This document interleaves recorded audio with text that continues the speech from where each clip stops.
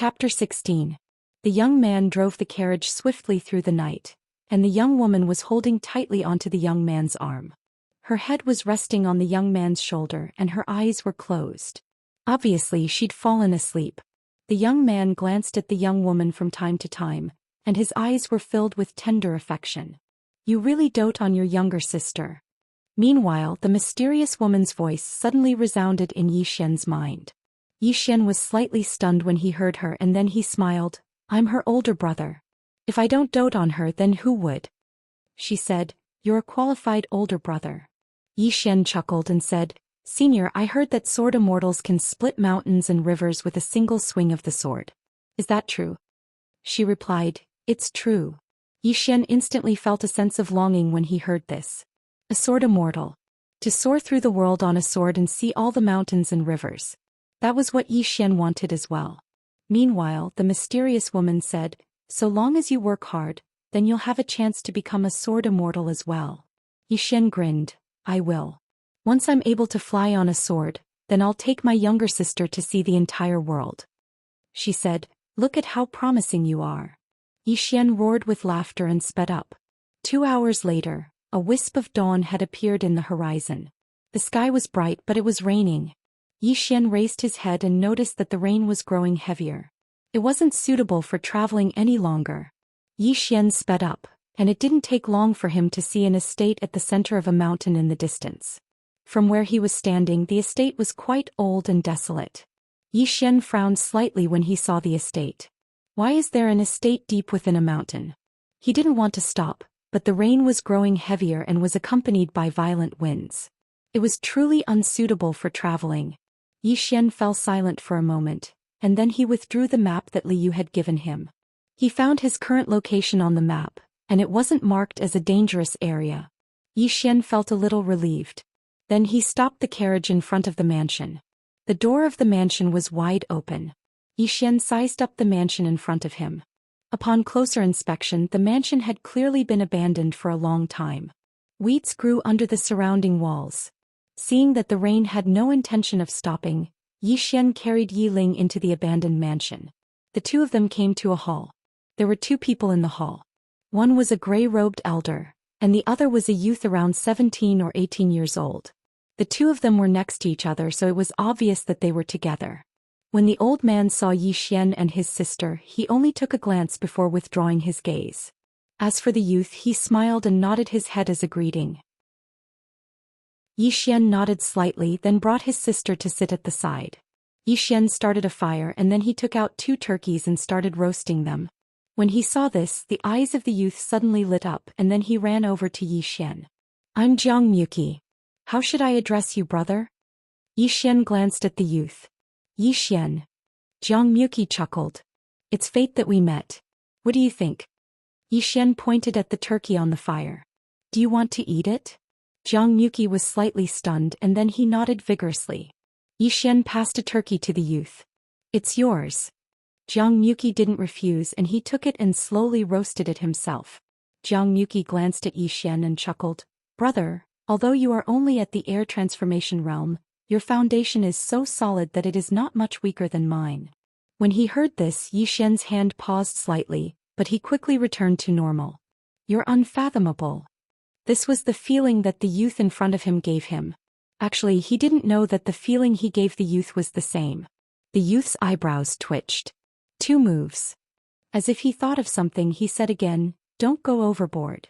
At this moment, the old man nearby suddenly said, "Don't bully others." When he heard the old man's words, Yi Ling, who was beside Zhou Xian, was instantly unhappy. She glanced at the old man. "Old man, my brother is also very powerful. Maybe my brother is bullying him." The old man glanced at Yi Ling. "Is that so?" Yi Ling looked at Zhou Xian. Zhou Xian smiled. "Then let's exchange 2 moves." Zhou Xian and Jiang Muki walked to the side. Jiang Muki smiled. "Can we begin?" Zhou Xian nodded. As soon as Zhou Xian nodded, Jiang Muki disappeared on the spot. In the next moment, a fist landed on Zhou Xian's chest. However, Zhou Xian's fist also landed on Jiang Muki's chest. Bang! Both of them retreated at the same time. After retreating for about a dozen steps, both of them stopped almost at the same time. Opposite Yi Xian, Zhang Yuki sized up Yi Xian and said in surprise, "Your physical body is even stronger than I imagined." Yi Xian said, "Yours too." His punch just now felt like it landed on an iron plate. Zhang Yuki smiled. "Our country of Zhang is really full of talents. After I came out of the palace I saw, aha." At this moment the old man nearby suddenly spoke. Zhang Yuki glanced at the old man helplessly.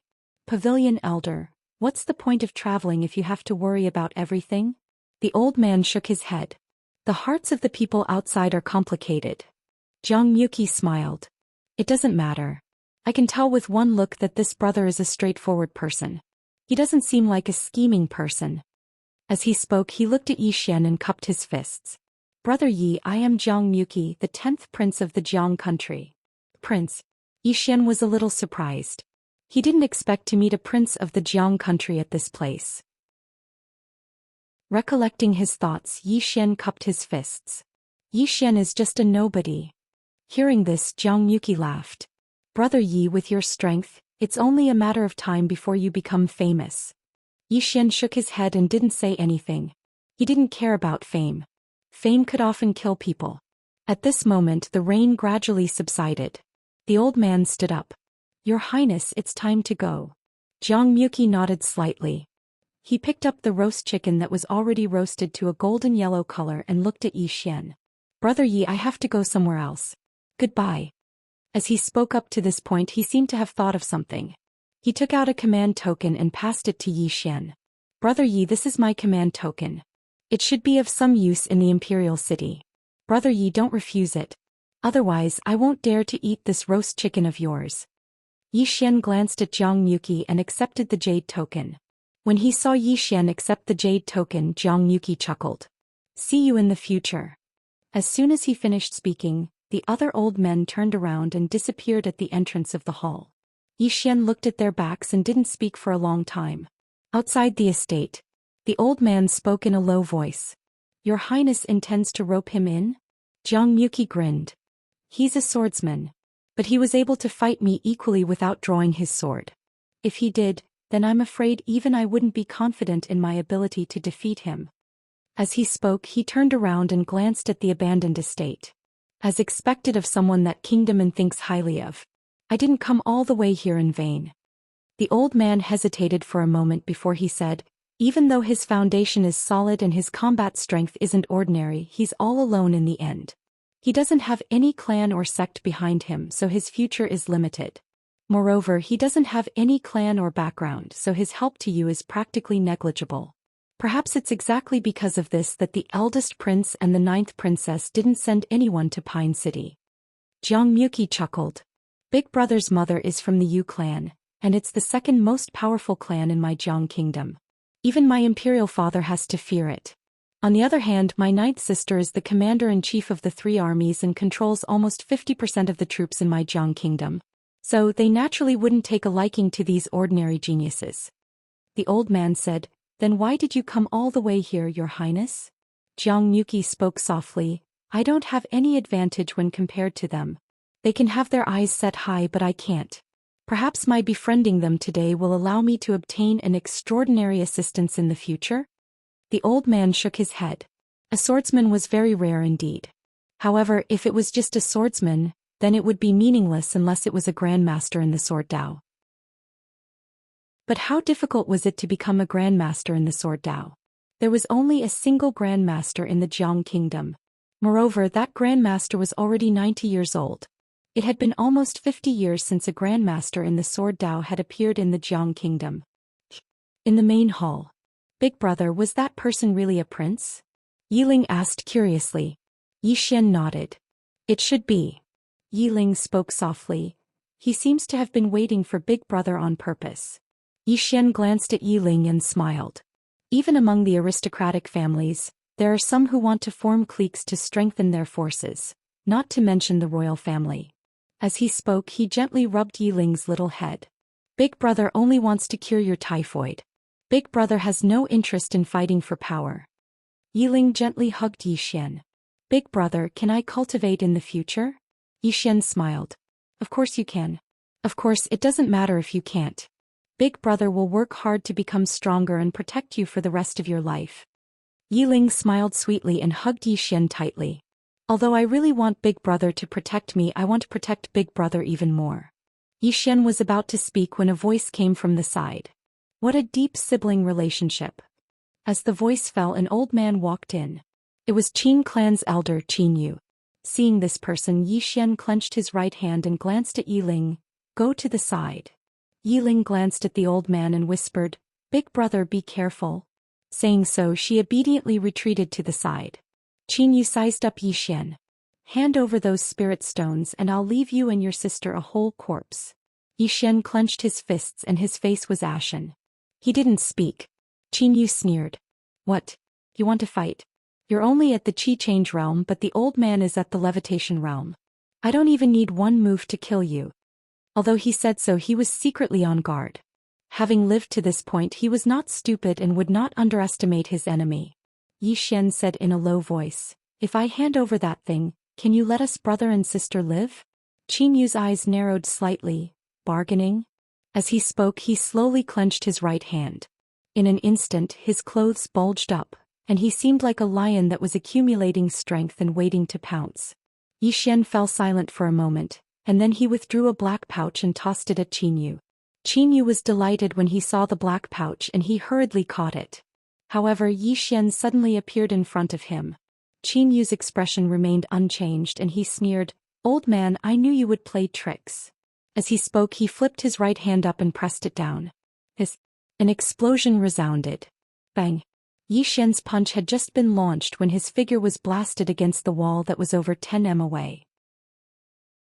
The old man didn't stop after he blasted Yi Xian back, and he pressed forward and charged at Yi Xian instead. Yiling's expression changed drastically. Big brother. She immediately pounced over to Yi Xian and hugged Yi Xian tightly. However, the old man's palm didn't stop there, and it slapped down towards the siblings. To be more precise, it was slapping down towards Yiling. Yi Xian's eyes almost split apart from rage when he witnessed this scene, and his mind had gone blank. It didn't take long for the old man's palm to come closer and closer. Meanwhile, Yi Xian suddenly pulled Yiling behind him, and then the Lingxiao sword appeared in his grasp in the next moment. In the blink of an eye, a low sword howl resounded. He only had a single thought in his mind when he executed this attack. Kill. I must kill. Decide life and death with a single strike. At the same time, the mysterious woman's voice suddenly resounded within the pagoda. That fellow. He has a strong desire to kill anyone who touches his younger sister. P.S. I'm begging for all the tickets. Those who don't have tickets can do so, and those who have tickets can help me count them. Thank you. Chapter 17. The moment Yi Xian drew his sword, Qin Yu's hand, which was only half an inch away from Yiling's head, suddenly stopped. In the blink of an eye, Yiling's entire right hand fell off his body. Blood gushed out like a fountain. Qin Yu's expression changed drastically as he retreated rapidly. He retreated dozens of feet, but as soon as he stopped, a faint sword gleam appeared in front of him. This sword strike was not the second sword strike, but a wisp of sword gleam that was emitted from the first sword strike. At this moment, Qin Yu was horrified. Without thinking about anything else, he clenched his left hand into a fist and punched forward. This punch practically used up all of his life's strength. At this moment of life and death, he naturally did not dare to hold back. When the punch was thrown, the sound of air exploding could be heard. The sword arrived. As soon as the fist and sword met, Qin Yu's entire left arm flew off, blood spurting out like a fountain. At the same time, Qin Yu's entire body was sent flying dozens of feet away. Yi Xian did not make another move, because at this moment his entire right arm had cracks and blood was flowing out continuously. Not only that, after that sword attack he felt as if his body was in turmoil. It was extremely uncomfortable and he even felt powerless in his limbs as if his entire body had been sucked dry. It was extremely uncomfortable. In the distance, Qin Yu looked at Yi Xian in disbelief. Sword Gleam. How is this possible? You're a swordsman. No, Sword Gleam. You're a great swordsman. No, you're only at the Qi transformation realm. There's no way you can emit sword gleams, let alone be a great swordsman. If one could master the basics of sword Dao, one could be called a swordsman. And swordsman was divided into ordinary swordsman and great swordsman. If a swordsman could use a sword as a medium to emit sword chi and sword gleam, it meant that one's attainment in sword Dao had reached the level of a great swordsman. As for a great swordsman, it was relatively rare to see one. In the entire country of Jiang, there were less than 100 great swordsmen and most of them were over 10 years old. However, Yi Xian was only 18 years old. This was why Qin Yu was so shocked. Yi Xian looked at Qin Yu coldly. "Why are you still here?" Qin Yu was slightly stunned. In the next moment he turned around and disappeared from the sight of Yi Xian and his sister. As soon as Qin Yu escaped, Yi Xian collapsed to the ground. Yi Ling was shocked and quickly supported Yi Xian. He said in a trembling voice, "Brother, are you okay?" Yi Xian forced himself to sit down. Looking at the nervous Yi Ling in front of him, he forced a smile and said, I'm fine. Don't worry, I'm just going to meditate." With that he slowly closed his eyes. "Senior?" Yi Xian asked in his heart. The mysterious woman said, "I know what you want to ask. The sword of life and death is too ruthless. You're too weak now and can't bear its power. For you, every attack you make will hurt your enemy and yourself. The reason why I'm teaching you this sword skill at this time is because I want you to understand some principles. The sword Dao relies more on comprehension and it's also a kind of attitude. Your sword Dao will be the same as your attitude." Hearing this, Yi Xian fell silent. Comprehension? Attitude? What was the reason why he unlocked the sword of life and death? It wasn't because he cultivated diligently, but because at that moment he just wanted his sister to be safe. That was his thought. Just as the mysterious woman had said, the sword of life and death was actually not a sword skill, but a kind of sword Dao philosophy. The mysterious woman said, "The sword of life and death at your current level can barely be considered as a high-grade profound rank sword skill. And the reason you suffered such a huge backlash is because you haven't attained the energy resistance realm yet, so you're unable to truly control your energy. The sword light you executed earlier wasn't cultivated by you, and it's because the sword's skill itself is formidable. That's why you suffered such a backlash. Once you send your sister to the imperial capital, you have to find a way to devour spirit swords and attain the energy resistance realm as soon as possible." Yi Xian nodded. "I understand. No wonder I felt as if my body was emptied after I utilized this sword skill, and it was extremely uncomfortable. Fortunately, I severed that old man's arms with a single strike." When he spoke up to hear, the corners of his mouth curled up slightly to form a smile. That old man was at the airborne realm. "Idiot." The mysterious woman suddenly said coldly, "Even though that person's cultivation is extremely weak, he isn't someone you can go against right now. 50% of the reason you were able to sever his arms with a single strike earlier was because he'd been careless after he blasted you back with a single palm strike. If he knew that you were a swordsman and had taken precautions, then do you think you would be able to sever his arms with a single strike?" Yi Xian's expression instantly became solemn when he heard this. Right, if the old man had taken precautions from the beginning, then would he have been able to sever his arms with a single strike? After all, he'd lost completely when he collided with the old man's fist at the beginning. Moreover, it was because he'd attained the Aureate body realm, otherwise, that palm strike from the old man would have been sufficient to crush him. The mysterious woman said, "The gap in cultivation between you and him is too huge. It's impossible for you to surmount 2 realms in succession with your current strength, unless you're able to grasp a Dao law and utilize the pagoda within your body." "Dao law?" Yi Xian said in a low voice. "Senior, I heard you speak of Dao laws in the past. What exactly are Dao laws? Where should I find them?" The mysterious woman said, "Once you become a grandmaster in the sword Dao, you'll understand what Dao laws are." Yi Xian was speechless. The mysterious woman continued, "There's one more thing. Don't only think about your younger sister. The second layer of the seal is showing signs of loosening. If you don't improve your strength as soon as possible, then the seal will vanish. At that time no one will be able to save you." The seal has loosened. Yi Xian took a deep breath. He naturally hadn't forgotten what the mysterious woman had said.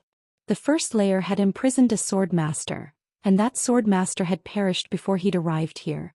So, the sword master on the second layer was definitely still alive. Once the seal was undone, perhaps the sword master would be the first to kill him as a sacrifice to the heavens. Fortunately he still had some time. Yi Xian withdrew his thoughts and opened his eyes.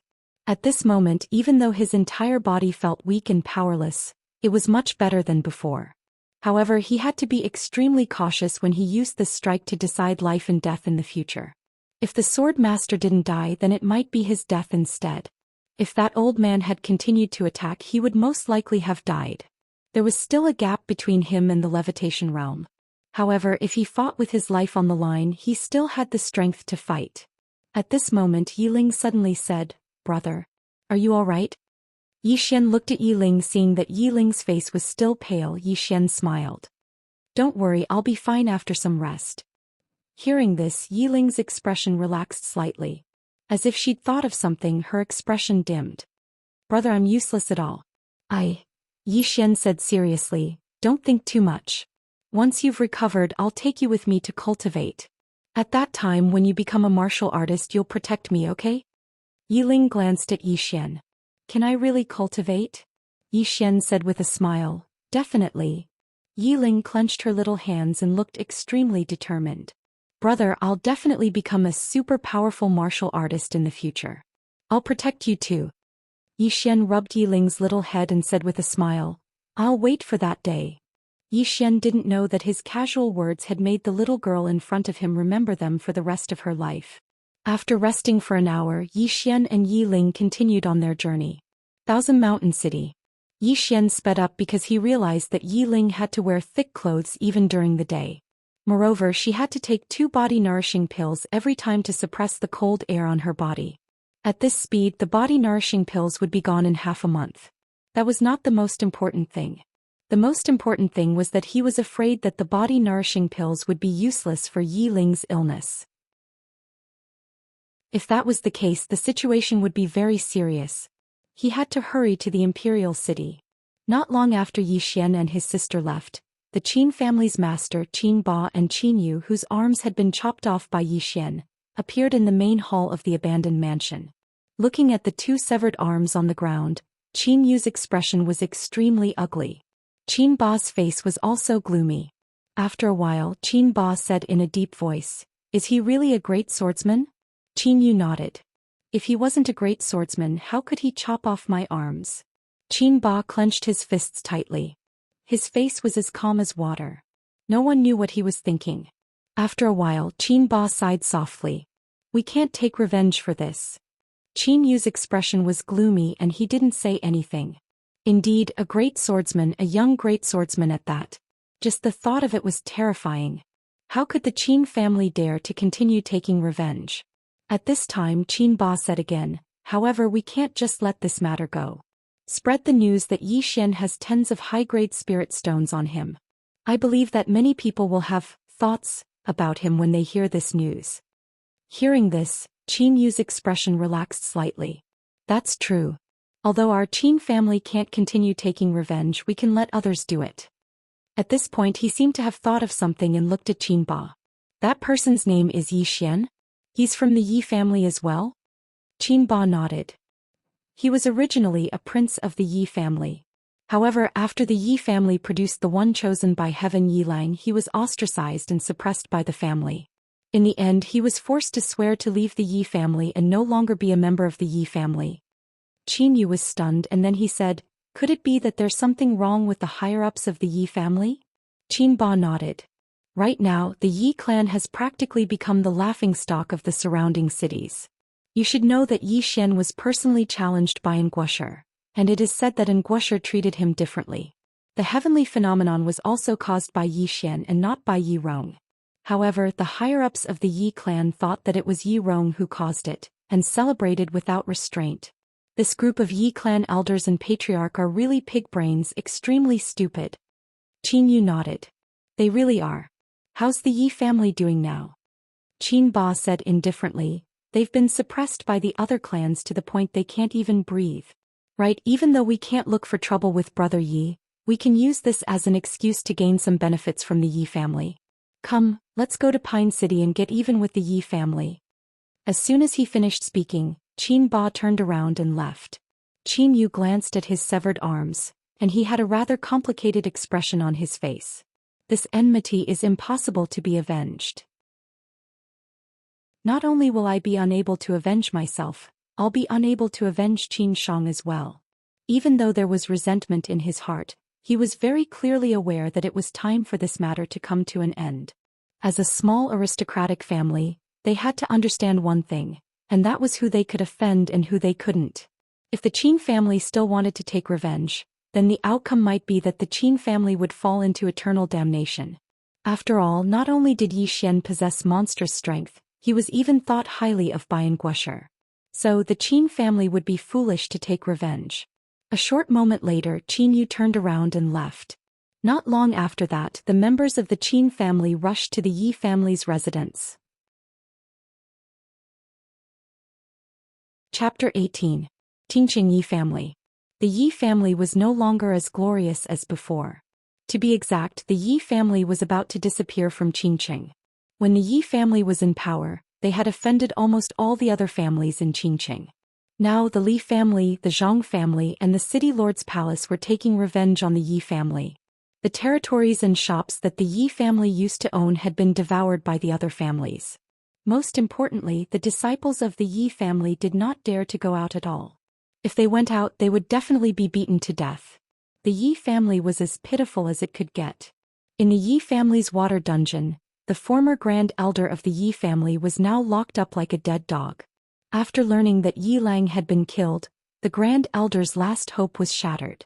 Sometimes he would go crazy. One day Yi Tsang arrived at the water dungeon. Yi Tsang walked to the first elder's cell. Looking at the first elder in the cell, Yi Tsang's expression was indifferent. We've been fighting for our entire lives, but I never thought that the Yi clan would be defeated by the two of us. Inside the water dungeon, the grand elder mocked. Yi Tsang, everyone says that I'm short-sighted. Aren't you the same? Yi Tsang nodded. I am indeed short-sighted. However, the Yi family will not be destroyed just like that. There will definitely be a day when we rise again. The grand elder smirked.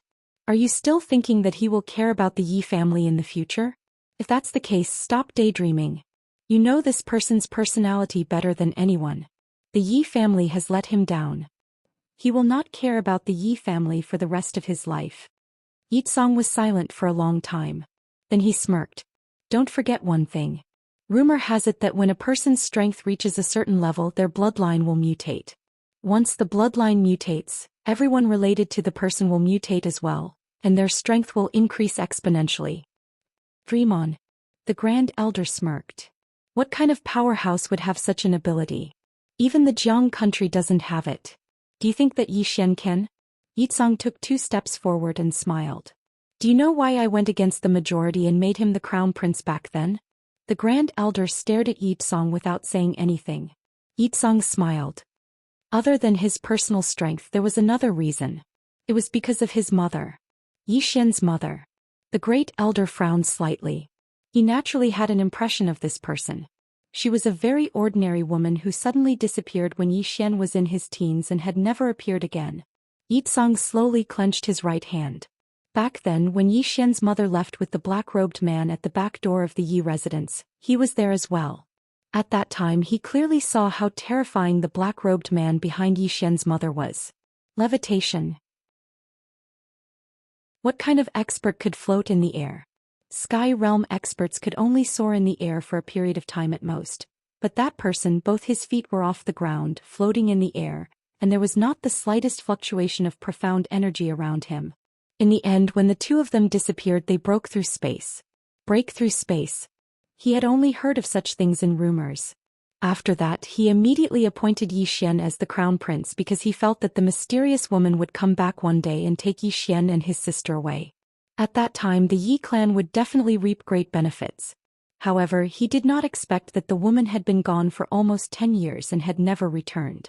There was not even a single message from her. At that moment he suspected that Yi Xian and his sister had been abandoned by the other party. This was also the reason why his attitude toward Yi Xian gradually changed. However, he did not expect that Yi Xian would become a swordsman, and inexplicably become a swordsman, and his strength was unparalleled. He knew that it must have something to do with that mysterious woman. Yi Tsang collected his thoughts and looked coldly at the great elder in the water prison. The stronger Yi Xian is now, the more the Yi clan will be mocked and humiliated. However, we will endure until the day he ascends to the clouds and changes his bloodline. Even if the hope is slim, we still have some hope. As for you, great elder, you will never have any hope for the rest of your life. We did not kill you but locked you up because we want to tell Yi Xian that the Yi clan is apologizing. The Yi clan will wait for him to calm down even if it takes 10, 20 or 30 years. As for you, just stay here. Until you die. With that he turned around and left. Inside the water dungeon the great elder was silent for a long time. Then he suddenly laughed like a madman. A moment later the great elder laughed maniacally. Yitsong, oh Yitsong, you're even more stupid than I thought. He knew Yi Xian's personality better than anyone else. He was a person who would seek revenge for the smallest grievance, and he was also a person who held grudges. Calm down. If he hated the Yi clan, it meant that he still cared about the Yi clan. There was still hope for the Yi clan. However, Yi Xian did not even hate the Yi clan anymore. Since he did not hate them anymore, how could he calm down? 3 days later in Qianshan City. Qianshan City was a bustling city located in the north and south of Jiang country. It was surrounded by countless mountains, hence the name Qianshan City. The reason why Qianshan City was bustling was because of the largest chamber of commerce in Jiang country, the Drunken Immortal Restaurant. The Drunken Immortal Restaurant was a mysterious force that had branches in hundreds of countries in Qingzhou. The cities that had them would definitely be prosperous. That was because they had a means of transportation. The cloud ship. The so-called cloud ship was a flying tool. With it, the distance between cities would not be so far. In fact, the distance between countries would not be so far. This time he was going to Qianshan City to take the cloud ship to the imperial capital. This was the most prosperous place in Jiang country. In the carriage in front of the city gate of Qianshan City, Yiling looked at the city and blinked. Wow brother, it's so big. It's much bigger than our Qingcheng. Yi Xian nodded and smiled. It's really big. Yiling shook Yi Xian's arm lightly and said coquettishly, brother, let's go shopping later, okay? Yi Xian thought about it and nodded. Okay. They had been traveling all this time. Not to mention Yiling, even he felt bored. It's good to go shopping. With this thought in mind, Yi Xian brought Yiling into the city. The streets were very wide and they were a few meters wide. The city was filled with people and carriages, and it was much livelier than Qingcheng. Yi Xian brought Yiling to an inn and asked for a room. Now that Yiling's condition was not stable, he naturally didn't feel at ease leaving her alone in a room. After arranging a place to stay, Yi Xian brought Yiling to go shopping. On the streets, Yiling looked around like a cheerful elf. After a short while, Yiling had some small toys in her hands.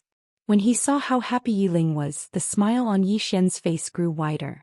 When the brother and sister passed by a small stall, the mysterious woman's voice suddenly resounded in Yi Xian's mind. Wait a moment. Hearing this, Yi Xian was slightly stunned, and then he pulled Yiling to a stop. Senior? Yi Xian asked in his heart. The mysterious woman said, there's a purple ring on the stall next to you. Buy it. Yi Xian turned to look at the stall and he glanced at it. At the corner of the stall, there was an inconspicuous purple ring. The stall owner was a middle-aged man. He glanced at Yi Xian and said with a smile, brother, what do you want to buy? Yi Xian picked up the purple ring. How much is this? He didn't ask why the mysterious woman wanted him to buy this ordinary ring because he knew there must be a reason. After all, this mysterious woman usually didn't speak, and it was rare to see her take the initiative to speak. The middle-aged man glanced at the purple ring on Yi Xian's hand and said with a smile, 10 gold coins. Hearing this, Yi Xian slightly frowned. 10 gold coins was a bit expensive. However, he didn't hesitate to take out 10 gold coins and pass it to the stall owner. The stall owner chuckled when he saw that Yi Xian didn't bargain, and he hurriedly put the gold coins away. He was overjoyed. After all, he was even willing to sell it for 3 gold coins. Yi Xian was just about to turn around and leave when a voice suddenly resounded from the side. Wait. Yi Xian looked towards the source of the voice, and he saw a little girl who was around the same age as Yiling walking towards him. The little girl had white lips and red teeth. She wore a white cotton jacket and she had a little braid on the back of her head. She looked extremely cute. The little girl glanced at the ring on Yi Xian's hand, and then she turned around to look at the stall owner. I'll pay 20 gold coins for this ring. The stall owner was stunned, and then he was in a slightly difficult position because he'd already sold it to Yi Xian. Yi Xian glanced at the little girl and said with a smile, "Little sister, this ring, who's your little sister?" The little girl suddenly interrupted Yi Xian coldly. Yi Xian's expression froze and he was momentarily speechless. What kind of temper does this little girl have? Yi Ling, who was next to Yi Xian, looked at the little girl with displeasure. "How can you say that? My brother has no ill intentions." The little girl looked at Yi Ling and she was slightly stunned when she saw Yi Ling. In next to no time, a trace of surprise flashed through her eyes. As she looked at Yi Ling, that trace of surprise turned into shock, and then it quickly turned into wild joy. For a moment the little girl's expression changed several times, and Yi Xian was stunned. Yi Ling also felt a little uneasy from being stared at and immediately asked, "Why are you looking at me?" The little girl's expression returned to normal. She wanted to speak but she seemed to have some misgivings. After a moment of silence she said, "What's your name?" Seeing that the little girl did not have that domineering attitude, Yi Ling replied, "Yi Ling." As she said that, she hugged Yi Xian's arm. "This is my brother Yi Xian." The little girl looked at Yi Xian coldly, and then her gaze fell on Yi Ling again. It was obvious that she was hesitating about something. Yi Xian pulled Yi Ling away, but at this moment, the little girl suddenly took out a fist-sized red stone and handed it to Yi Ling. "This is for you." Yi Xian and his sister were stunned. The little girl stuffed the stone into Yi Ling's arms. "This is a heaven fire warm jade. If you keep it on you, it can temporarily suppress the cold in your body." Hearing this, Yi Xian's expression changed greatly. "You," the little girl ignored Yi Xian and said, "I have urgent matters to deal with now, so I can't take you with me. I'll look for you in 3 months at most." As she said that, she looked at Yi Xian coldly. "For your sister's sake, I'll give this ring to you." After saying that, she looked at Yi Ling again and turned around. Yi Xian was stunned and then he chased after her. But the next moment the little girl was already dozens of feet away. In an instant, the little girl had completely disappeared from Yi Xian's sight. Yi Xian was stunned. In a corner. The little girl walked to a corner. As soon as she stopped, a black-robed man silently appeared behind her. The black-robed man knelt on one knee. "My lord." The little girl said coldly, "Keep an eye on that pair of siblings. Oh, you can't follow them. You'll attract too much attention. Find someone weaker to follow them. Remember, don't let anything happen to that little girl." The black-robed man said solemnly, "My lord wants to keep that little girl?" The little girl slowly closed her eyes and said excitedly, "I didn't expect that a small country like Jiang would have such a physique. If it wasn't for the cave that the sword master left behind being too important, I would have taken her away right now." The black-robed man said solemnly, "Although the sword master's cave has been discovered, the sword formation he left behind can't be broken. Rumor has it that his sword is needed to remove the formation. However, the sword master has disappeared for 1,000 years, so where can we find his sword?" The little girl said calmly, "It doesn't matter. Everyone gathered here to find a way to break it." The black-robed man nodded his head. He seemed to have thought of something and asked, "Does my lord want to keep that little girl's brother?" The little girl shook her head. "Although his foundations are not bad, his dantian is broken, his physique is average, and his spiritual roots are average. What is the point of keeping him? Is it a waste of rice?" After saying that, she turned around and left. P.S. Recently I saw many old readers leaving comments and many of them giving me tips. I really appreciate everyone's support. Chapter 19. After the little girl left, Yi Xian came back to his senses. He brought Yi Ling back to the inn. Inside the room, Yi Ling looked at the heavenly fire-warm jade in his hand and exclaimed, "Brother, this stone is so warm. My body doesn't feel so cold anymore when I hold it." Yi Xian smiled. "It's good that it's warm." Yi Ling nodded happily and held the heavenly fire-warm jade tightly. On the other hand, Yi Xian sat aside and closed his eyes slowly. "Senior? That person just now?" Yi Xian asked. The mysterious woman said, "You're not on the same level as him. There's no point in asking." Yi Xian was speechless. The mysterious woman said, "Take out the ring I told you to buy." Yi Xian took out the purple ring. The ring was a little shabby and there were some parts missing. It didn't look special. "Do you know what this is?" the mysterious woman asked. Yi Xian shook his head. The mysterious woman said, "This is an array formation ring and a small array formation is hidden within it. Although the array formation is relatively low level, it is exquisite and the technique used is brilliant. It has a certain amount of research value, and that's probably why the little girl wanted it earlier. As for you, you can use this formation to protect yourself. Zhou Xian was a little surprised. This small ring can hide a small formation? The mysterious woman said, in the future go around the world more often. The world is bigger and more exciting than you can imagine. Zhou Xian nodded. Once I can fly on a sword, I'll definitely go around. As he spoke, his eyes fell on the ring in his hand. Senior, how do I use this formation? The mysterious woman said, drip a drop of your blood on it. Then use the method I taught you to control the ring. Hearing this, Zhou Xian hurriedly did as he was told. Soon when his blood fell on the ring, he instantly felt a strange connection with it. In his mind, a formation appeared out of nowhere. 5 Thunder Formation.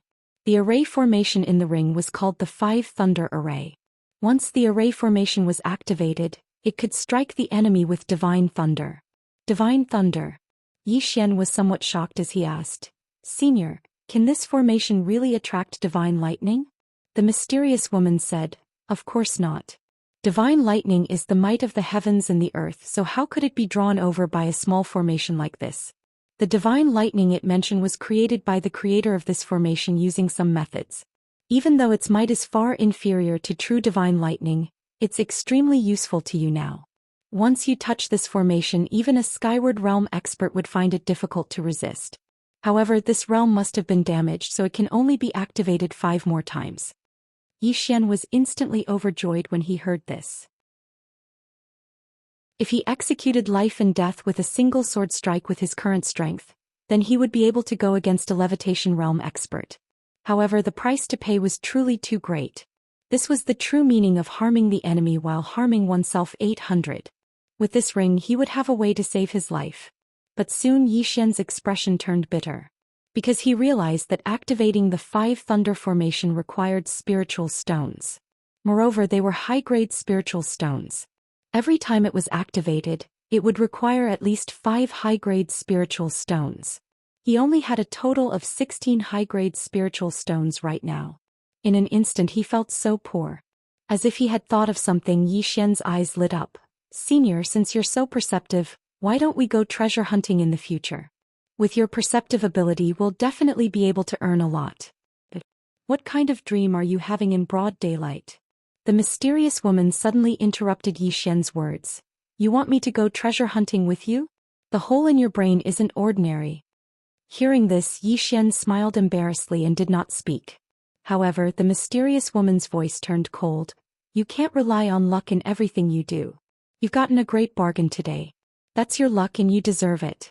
However, if you think about taking advantage of others every day, then your temperament will be ruined.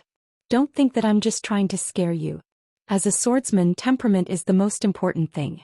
You must remember this. Zhou Xian nodded and said seriously, Senior, don't be angry. I understand. The mysterious woman did not speak again. Seeing this, Zhou Xian immediately breathed a sigh of relief. He was not afraid of this mysterious woman, but he respected her. 2 hours later, after Yi Ling had fallen asleep, he entered the prison pagoda. Training. Although he could not break through to the chi-controlling realm, he could train his sword skills. In reality, he did not have any sword skills at all. When he sparred with the shadow, he relied more on his reflexes. Skills were fixed. When he sparred with the shadow, he trained his strength, speed, and reflexes. Although he could not reach the chi-controlling realm now, he could train the chi-changing realm to the extreme. After all, within the same realm there were strong and weak. On the first level of the prison pagoda, the sound of swords clashing against metal rang out continuously. There was only the sound of metal clashing. When there was still 2 hours until dawn, Zhou Xian fell asleep. And 2 hours later Zhou Xian woke up on time. After paying the bill, Zhou Xian sold the carriage to the inn at a low price, then left the inn with his sister, heading to Thousand Mountain City's Ship River. When the brother and sister arrived at the Ship River, they were both shocked by the scene in front of them. In front of them was a river that was nearly 1,000 feet wide, and there were several large ships. Each ship was at least 100 feet wide, extremely large. The brother and sister had never seen such a large ship before. Beside Zhou Xian, Yi Ling said excitedly, "Brother, this ship is so big. Wait, are we going to take this?" Yi Xian nodded and said with a smile, "Wait, we are going to the imperial capital on this." Yi Ling tilted her head and looked at Yi Xian and asked curiously, "Brother, is the imperial capital bigger than Thousand Mountain City?" Yi Xian rubbed Yi Ling's little head lightly. "It's definitely bigger than Thousand Mountain City. When we arrive at the imperial capital, brother will accompany you to see the prosperity of the imperial capital and have some fun, alright?" Hearing this, Yi Ling's eyes lit up. "Brother is the best." As she spoke, she stood on her tiptoes and lightly kissed Yi Xian on the cheek. Yi Xian laughed, and then he pulled Yi Ling along as they walked towards the distance. Because Yi Xian had inquired about the process of taking the cloud ship the night before, the brother and sister quickly bought the tickets and boarded a cloud ship. Yi Xian's heart ached slightly. Buying 2 cloud ship tickets to the imperial capital had cost him a total of 40 gold coins. Now he could be considered to be a true pauper because he had less than 10 gold coins left. At this moment he felt like robbing someone. There were over 100 rooms of various sizes on the cloud ship, and the rooms were divided into various grades. Yi Xian asked around and found out that a first-class room required 150 gold coins, and a second-class room required 100 gold coins. However, this wasn't the most terrifying. The most terrifying was the special class room, and it required 300 gold coins. In Green City, some ordinary families would probably be unable to earn so much gold coins in their entire lifetimes. But here it was only a single ticket. At that moment, Yi Xian noticed that being poor had limited his imagination. Yi Xian brought his sister to the room at the lowest level of the cloud ship. The room was very small and there was only a bed, 2 stools and a table. It was extremely simple. Yi Xian rubbed Yi Ling's head. "There's still an hour before the ship takes off. After the ship stabilizes we can go to the deck and look at the scenery below." Yi Ling smiled sweetly. As if she had thought of something, she turned around and rummaged through her bag for a while. Soon she found a pair of cloth shoes and presented them to Yi Xian as if she was presenting a treasure. "Brother, I hooked these. Come and see if they fit." Saying that, she squatted down and started to take off Yi Xian's shoes. Meanwhile, Yi Xian was already stunned. When did she hook them? At this moment, Yi Ling suddenly let out a wah. Yi Xian hurriedly lowered his head. Yi Ling covered her nose and rolled her eyes at him. "Brother, your feet are so smelly." Saying that, she turned around and ran out like a wisp of smoke. Soon she returned to the room. This time she carried a basin of water and placed it in front of Yi Xian. Then she carried his feet and placed them in the basin. Yi Xian hurriedly said, "Brother, you can do it yourself." Yi Ling glared at him, then lowered her head and slowly washed Yi Xian's feet. As she washed, tears suddenly welled up in Yi Ling's eyes. This was because the soles of Yi Xian's feet were covered with a thick layer of calluses. Moreover, there were many scars on his calves that hadn't healed yet. These were all left behind by him when he had risked his life for the Yi family when he was the heir. Sensing Yi Ling's objection, Yi Xian said softly, "Why are you crying?" Yi Ling wiped the tears off her face. "Brother, you've suffered too much in your life. I swear that I will definitely become a super expert in the future. I will earn a lot of money so that I can live a good life." She had been brought up by her brother. However, many people didn't know that when their mother had left, Yi Xian had only been 10 years old. He was only a half-grown child, whereas she had only been 4 or 5 years old. In the beginning, the 2 siblings had lived like beggars in the Yi family. They could only rely on leftovers to survive. And it was in such an environment that Yi Xian had brought her up by force. Even she didn't know how much hardship he had suffered. Especially after Yi Xian had become the heir, he had risked his life for the Yi family. She only remembered that her brother had gone out in the day and only returned at night. Moreover, every time he returned, his body would be covered in injuries. Hearing Yi Ling's words, Yi Xian felt a trace of warmth in his heart. He gently rubbed Yi Ling's little head. "Your health is more important than anything else. After we go to the capital this time, there are so many capable people there. They will definitely cure your illness. When you recover, I will teach you how to cultivate." Yi Ling gently washed Yi Xian's feet. Her tone was incomparably firm. "Brother, if I recover, I will definitely cultivate properly. No matter how much hardship I have to endure, I won't be afraid." Yi Xian smiled. Just as he was about to speak, the room's door suddenly opened. Soon, a middle-aged man and 2 old men entered the room. Yi Ling was shocked and quickly stood up. Who are you?" The middle-aged man who was leading the group glanced at Yi Xian. Do you still remember me? Yi Xian nodded. He naturally remembered them. They were the 3 people who'd pursued Qin Shang in the forest, and he remembered that the middle-aged man was called Mo Xian. Yi Xian fell silent. It was obvious that they were here for the spirit stones. However, he hadn't expected that they'd actually chased him all the way to the cloud vessel. Meanwhile, Emovin spoke abruptly, "Hand it over and we'll let you and your sister live." Yi Xian spoke in a low voice. "Fighting is prohibited on the cloud vessel." Emosian laughed coldly. "So long as we kill you and your sister, then find a time to toss your corpses off the vessel. Would anyone even bother to investigate?" Yi Xian thought for a moment and said, "You'll let us live if we give it to you?" Emosian's eyes narrowed slightly. "Of course. We're only after wealth." Yi Xian took a deep breath. "Fine, I don't have the life to enjoy it." As he spoke, he withdrew the black pouch and walked towards Emovin. "You better keep your word." Emovin's eyes instantly burned with desire when he saw the black pouch. Of course. He slowly clenched his right fist. When Yi Xian was a few steps away from Emosian, he suddenly tossed the pouch to an old man by Emosian's side. Emosian and the others were slightly stunned. The old man instinctively wanted to catch it while Emosian instinctively tried to seize it. Right at this moment, a cold glow flashed. A sword suddenly appeared in front of Emosian. By the time Emosian regained his senses, the sword had already pierced his throat.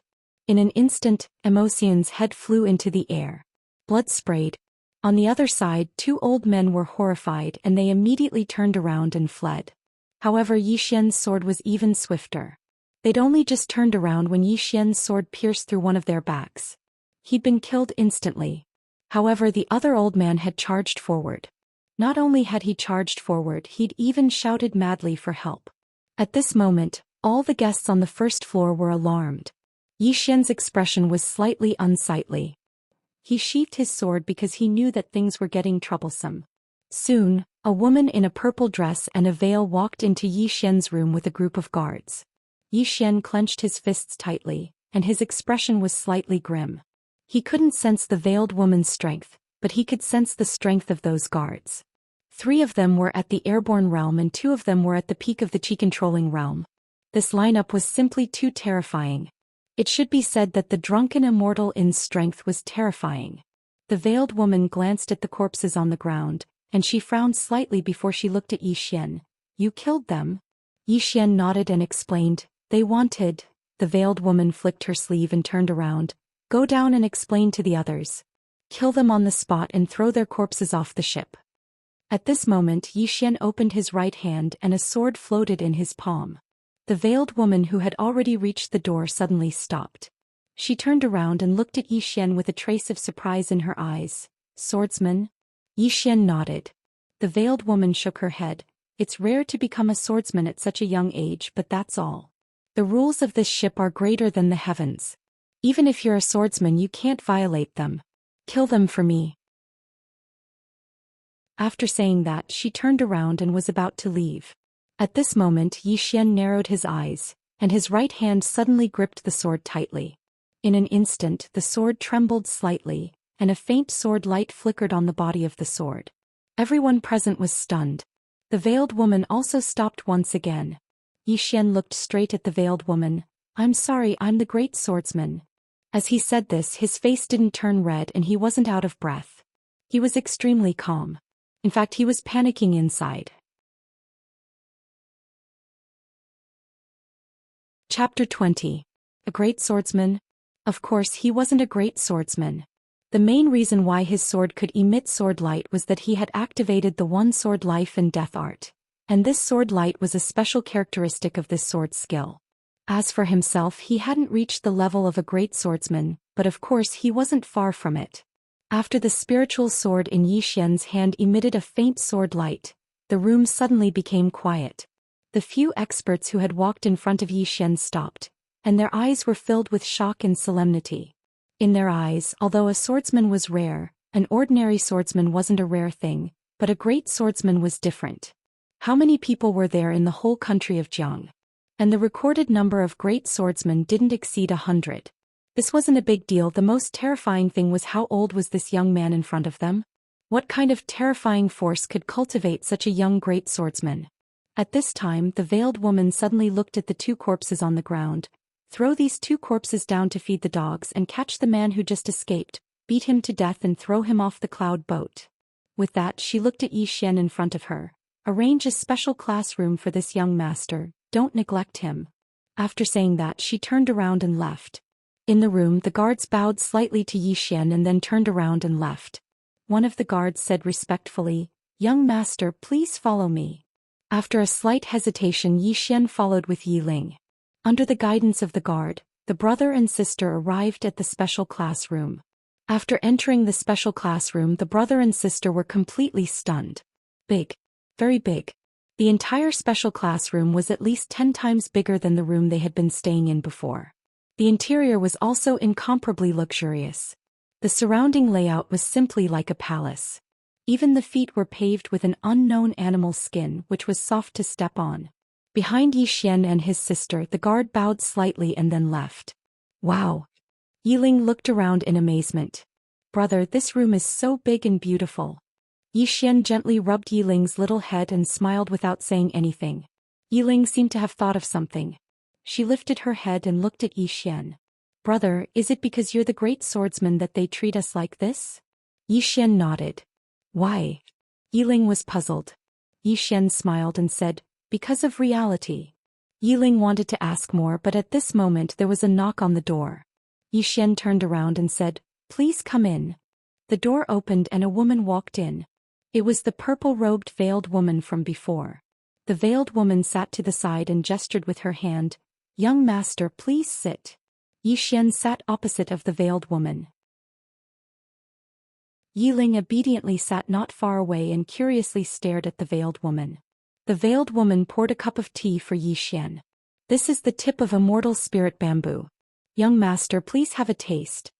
Yi Ling slightly nodded. Miss is too polite. After saying that, he took a sip. The tea went down his throat. It was sweet and refreshing, very comfortable. Goody.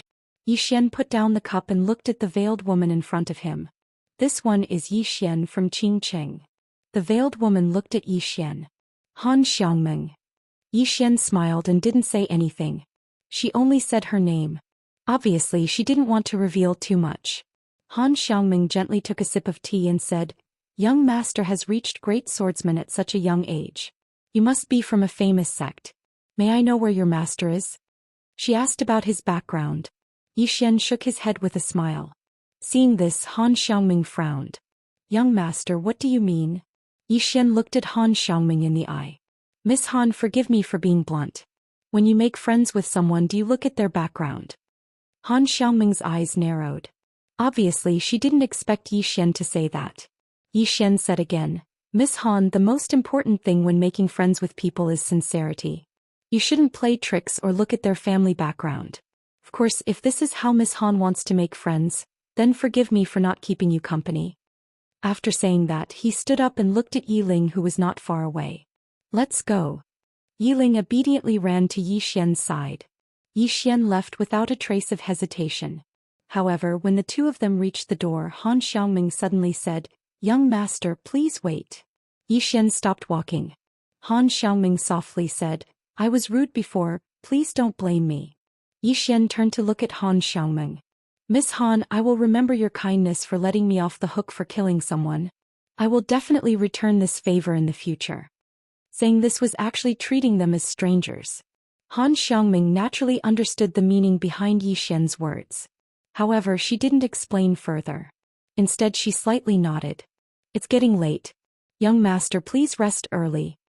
After saying that, she turned around and left the room. Outside the room, an old man appeared behind Han Xiangmeng. Miss. Han Xiangmeng stopped walking. As expected of a swordsman. His temper isn't ordinary. The old man nodded. A swordsman is a loner. His temper is a little weird. Miss, revealing your name earlier was already a sign of sincerity. But this guy actually thinks that Miss is arrogant. Really? Han Xiangmeng shook her head. It doesn't matter. He has a straightforward personality. Although others don't like him, he's still much better than those who say one thing but say another. Pass down my orders. Before they reach the capital, they will stay in this special room. Their daily meals must be provided according to the special room's treatment. Do not neglect it. After saying that, he quickly disappeared into the distance. Inside the room. Brother, is the great swordsman powerful? He should be very powerful. Brother, aren't you the great swordsman? Of course I am the great swordsman. I will be soon. Wow, brother, you're lying. You know too much. Brother will kill you to silence you. Hee, I'm not afraid. An hour later, Zhou Xian covered the sleeping Yiling with a blanket and entered the prison pagoda. Cultivate. Only the strong would be respected. The reality of society told him this all the time. He was now at the peak of the air shift realm and the peak of the little swordsman realm. His speed, strength, and reflexes were almost at the limit. Could be said that although he was at the air shift realm, his strength was not something that a normal chi-controlling realm expert could contend against. As for those in the same realm, he was not invincible, but there were very few who could match him. However, he knew very well that martial arts was like rowing a boat against the current. If he did not advance, he would fall behind. Thus, he did not dare to neglect it. Now, when he fought against the shadow, he could already fight evenly with the shadow. Naturally, he was not satisfied with this. His goal was to defeat the shadow. Inside the prison pagoda, Zhou Xian was alone. He was used to being alone. As for the mysterious woman, under normal circumstances she did not speak. Zhou Xian did not disturb her. Because he knew that the other party would definitely not chat with him. Cultivation was boring and lonely. For hours later, Zhou Xian stopped. He stood on the spot with his sword in hand. His whole body was drenched in sweat. Zhou Xian looked at the Ling Shao sword in his hand and then said, "Senior, why is it that every time I spar with this shadow I feel like I've already reached my limit, but the next time I spar with it I feel the same way again? Did Senior strengthen this shadow?" After a while, the mysterious woman's voice sounded. "The fact that you have this feeling proves that you are improving every time.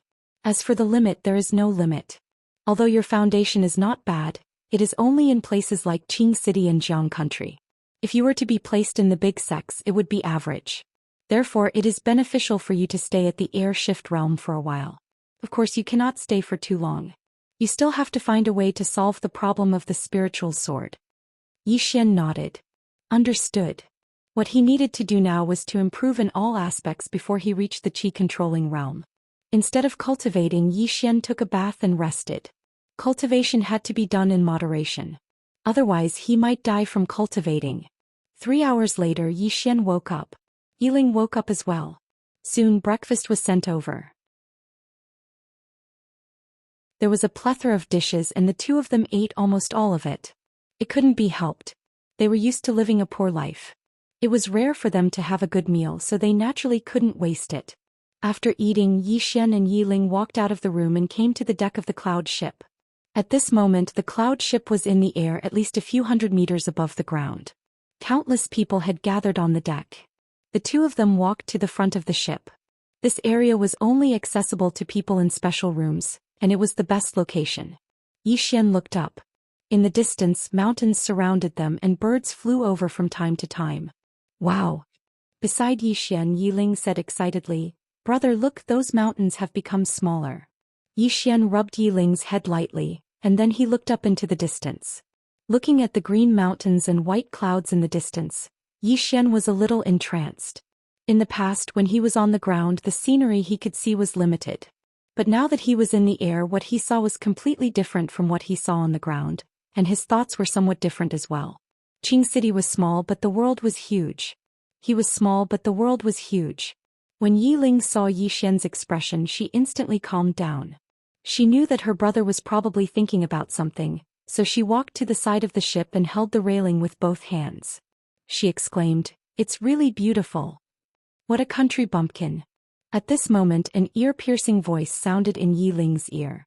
Yiling turned around and saw a little boy standing not too far away. He was about the same age as her, and he was dressed very luxuriously. But he was too fat and his eyes were almost hidden by the pile of flesh. Yiling withdrew her gaze. She didn't want to cause trouble for her brother. However, the little boy walked over to Yiling's side, sized up Yiling, and then had a look of disdain on his face. "Look at your clothes, there are actually patches. Don't tell me you can't even afford to buy clothes?" Yiling said indifferently, "It's fine as long as I can wear clothes." In any case, having big brother is enough. The little boy patted his clothes and said complacently, "Do you know what this is made of? This is made from the skin of a demon beast, a spirit fox. It's worth 100,000 pieces of your clothes." Yiling glanced at the little boy's clothes and said, "I don't care. Have big brother." The little boy took out a translucent jade, and Yiling's gaze was instantly attracted to it. The jade was pure and flawless, and it was extremely beautiful. Seeing that Yiling was attracted, the little boy said proudly, "This is a high-quality spirit jade and it's worth thousands of gold. Do you have it?" Yiling snorted, "I have big brother." The little boy said angrily, "Can you not call me big brother?" Yiling ignored the little boy and looked up at the distant sky and said softly, "I only have big brother. P.S. Everything during the book period. Recommendation votes, monthly votes, whatever you have. Thank you for your support." Finally, seeing the comments from readers every day, this feeling was really good. During the period when I didn't publish the book, I felt empty every day, as if I was missing something. Now that I have your company, I feel really comfortable. Chapter 21. Only Big Brother. Yiling suddenly smiled. As having big brother was enough. Next to Yiling, the little boy suddenly asked, "Is your big brother very powerful?" Yiling nodded and said seriously, "Of course." The little boy grunted, "No matter how powerful he is, he's not as powerful as Daddy." Yiling glanced at the little boy. "Your daddy is powerful too?" The little boy immediately got excited and nodded hurriedly, "Of course. He's the city lord of Thousand Mountain City. Everyone in Thousand Mountain City has to listen to him." "City lord." Yiling blinked. "Wow, that's very powerful." The little boy said proudly, "Of course. In Thousand Mountain City, our family is the most powerful." Yiling sized up the little boy and said, "My big brother said that one should keep a low profile. Otherwise it's easy to get beaten up outside." But the little boy shook his head. "If someone wants to beat someone up, it'll be my dad, not me." Yiling was completely dumbfounded. What kind of scam was this? The little boy suddenly pointed at Zhou Xian nearby. "Is that your big brother?" Yiling nodded. "That's my big brother. Handsome, right?" The little boy grunted. "What's the use of being handsome? It's not like you can eat it." Yiling giggled. "If you're handsome, you'll be able to get a wife in the future." The little boy grunted. "I have money. I can get as many wives as I want." Yiling shook her head. "Little fatty, let me tell you, money isn't everything." The little boy objected. "That's not it. My dad said that money makes the world go round. There's nothing in this world that money can't do. If there's something, then it's because I don't have enough money. So, I want to earn a lot of money." At this point he seemed to have thought of something and said angrily, "You called me little fatty. Am I fat?" Yiling sized up the little boy. Judging from his size, he weighed at least 100 kilograms. She spread her hands. "Aren't you fat?" The little boy said angrily, "My dad said this is strong." Yiling shook her head and looked at the boy pitifully. "Your father is so kind." The little boy's expression was somewhat ugly. After a moment he asked again, "Am I really that fat?" Yiling nodded. "Very fat." The little boy clenched his fists and said angrily, "They all lied to me." Yiling did not care about the little boy. Instead she retreated to Zhou Xian's side. She did not disturb Zhou Xian. Instead she gently hugged Zhou Xian's arm and leaned her head on Zhou Xian's arm. Seeing this, the little boy snorted coldly. He turned around and ran to a middle-aged man who was chatting with someone nearby. "Dad, give me a brother." The middle-aged man. The cloud ship passed over 1,000 mountains and came to a huge river. The river was so long that the end couldn't be seen, and it was at least several thousand zhang wide. It was a real river. As for Zhou Xian, he was still as motionless as before. He just stared ahead like an old monk in meditation, thinking. In this period of time Zhou Xian rarely thought, nor did he have the time to think. Now that he boarded the cloud ship and saw the boundless mountains and rivers, his heart was moved.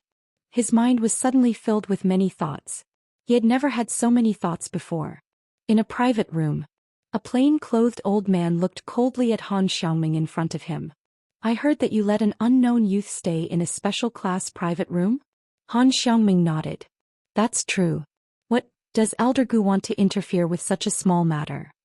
The plain-clothed old man said coldly, "Not everyone can stay in a special class private room. You should know this better than anyone else." Han Xiangming smiled lightly. "He is not an ordinary person. He is a great swordsman. It shouldn't be a problem for me to rope him in, right?"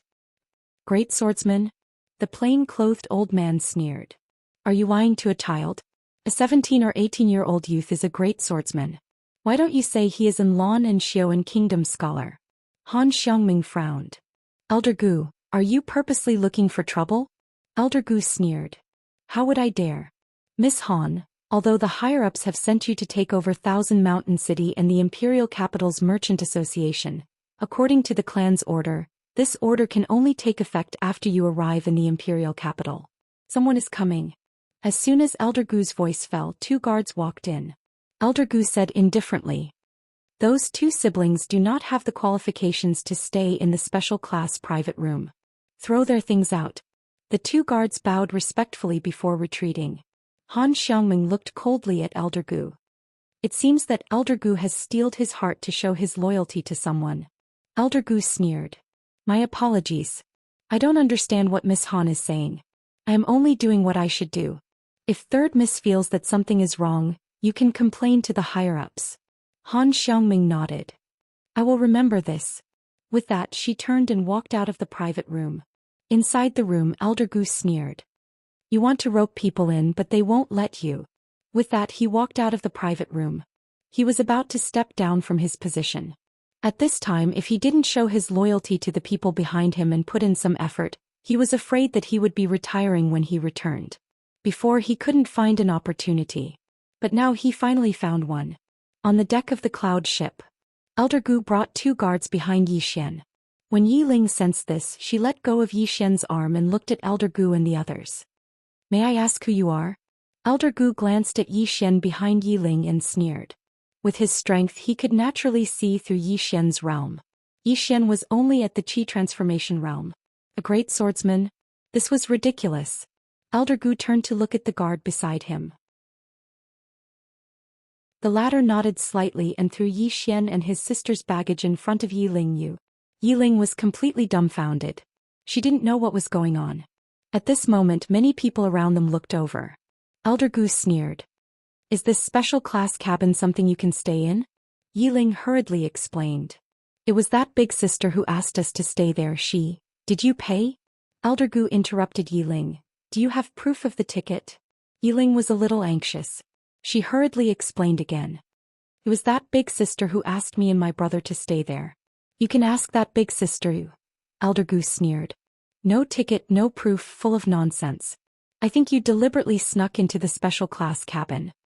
When he spoke up to hear, his expression turned cold. "Guards! Kill these 2 fellows and toss their corpses off the ship."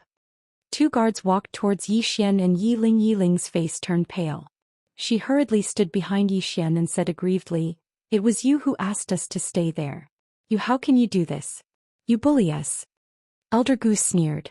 "You don't have a ticket to the special class cabin, but you are staying in the special class cabin. You are looking down on the drunken Immortal restaurant. Let alone killing you and your sister, I can even kill your entire family."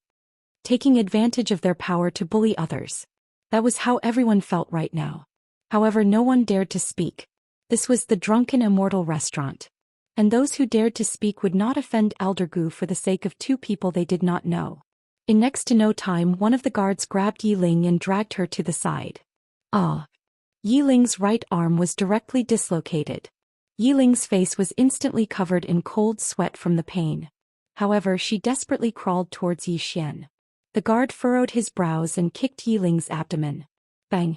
Yi Ling's entire body was sent flying by this kick, and then she smashed heavily against the wall of the ship before she fainted. In the distance, the fat boy was about to rush over when he saw this scene. However, he was held back by the middle-aged man beside him. The little boy glared angrily at the middle-aged man. "Dad, they are bullying us." The middle-aged man shook his head. "Let's see what's going on first." At this moment, not far away, Yi Xian suddenly opened his eyes. Yi Xian looked ahead. "The world is very big and I am very small. However, the heart can be infinitely big. The world can imprison my body but it can't imprison my heart. The heart is infinite and the sword is infinite. Thinking up to this point, Yi Xian instantly felt comfortable. In an instant the Ling Xiao sword suddenly rushed out of his body. Buzz! A sword hum resounded through the sky. The Ling Xiao sword hovered above the cloud ship. At this moment, everyone on the cloud ship looked at Yi Xian. Not far away, next to the little boy who was talking to Yi Ling, the middle-aged man said in disbelief, "How is this possible? Clear sword heart." What was clear sword heart? Clear sword heart meant that one's sword heart was clear and one's heart was clear. One had a clear goal and concept for one's sword Dao, and would not be confused by external things. This was a mysterious realm of swordsmen. And this realm was also known as Quasi-Sword Dao Grandmaster. Throughout history, those who had a clear sword heart would become Sword Dao Grandmasters in the future. And now, the only Sword Dao Grandmaster in the country of Jiang used to have a clear sword heart. On the other side, Han Xiangming was also stunned. Her watery eyes were filled with disbelief. After Yi Xian came back to his senses, he looked to the side and smiled. I. In the next moment he was stunned. When he saw Yi Ling's appearance not far away, Yi Ling felt as if his acupuncture points had been hit. Soon he rushed to Yi Ling like a madman and picked up Yi Ling with trembling hands. What happened? As he spoke, he suddenly roared like a wild beast. Who did it? At this moment the fat little boy quickly pointed to Elder Gu and the two guards not far away. It's them. They hit her. The one who hit her was that guard. Yi Xian suddenly raised his head and looked at the guard. In the blink of an eye, under the gaze of countless people, Yi Xian directly rushed out. Seeing that Yi Xian had made a move, Elder Gu suddenly shouted angrily, "How dare you? This is not a place for you to behave atrociously." As he spoke, he was about to make a move. However, Yi Xian's sword suddenly changed direction and pointed directly at Elder Gu. The surrounding people were stunned. Elder Gu was in the levitation realm. Elder Gu narrowed his eyes slightly. "You overestimate yourself." As soon as he finished speaking, he clenched his fists. In the blink of an eye, an invisible force shook out of his body. At this moment the sword arrived. On the long sword, a sword ray suddenly burst out. One sword to determine life and death. Sword ray. The great swordsman. Such a young great swordsman. Everyone around was immediately petrified. At this moment Elder Gu was also stunned. It really was the great swordsman. Elder Gu was shocked, but at this moment he could not care so much. He clenched his fists tightly and suddenly punched forward. On his fists, two powerful forces burst out like a flood. However, when they encountered the sword, the two forces were instantly torn apart. In the blink of an eye, under the gaze of everyone, both of Elder Gu's arms were directly sent flying. Elder Gu screamed in pain and then quickly retreated. The two guards next to him were about to act, but Yi Xian flashed beside them like a ghost. Swoosh swoosh. Two bloody heads flew into the air, instantly killing a chi-controlling realm expert. The surrounding people were shocked and many of them could not help but take a step back. On the other side, the little fatty was also dumbfounded. Her brother is so powerful. After killing the two guards in an instant, Yi Xian raised his head and looked at Elder Gu not far away. Elder Gu was shocked. "I am an elder of the Drunken Immortal restaurant. If you touch me, you will be touching the Drunken Immortal restaurant. Yi Xian raised his sword and walked towards Elder Gu. Seeing this scene, Elder Gu was shocked and repeatedly retreated. At this moment, Han Xiangming suddenly appeared in front of Yi Xian. Han Xiangming said in a deep voice, "Young Master Yi, it is time to stop. If you continue to cause trouble, it will not end well." Han Xiangming's voice stopped abruptly because Yi Xian's hand had grabbed her throat. Han Xiangming looked at Yi Xian and did not say anything. She was very calm. Yi Xian's expression was ferocious. "You were the one who allowed us siblings to stay in the special classroom, but he came out to make things difficult for us siblings. This matter has something to do with you, right?" The mysterious woman had already told him everything, so he had already figured out the ins and outs of the matter.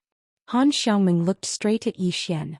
"If you continue to cause trouble, it will not end well." Yi Xian laughed sinisterly. "This is your internal matter, but you want to implicate my sister. This matter started because of you, but you did not do anything to stop it. You deserve to die." After saying that, his left hand suddenly tightened. He was really going to kill her. However, the moment he tightened his grip, Han Xiangming had already silently retreated several feet away. At the same time an old man appeared in front of her. The old man looked coldly at Yi Xian. "Young Master Yi, do not cause trouble for the power behind you." Yi Xian looked at the unconscious Yi Ling. At this moment his heart felt as if it was being cut by a knife. Suddenly he laughed crazily. "'Cause trouble? Us siblings were fine, what did we do?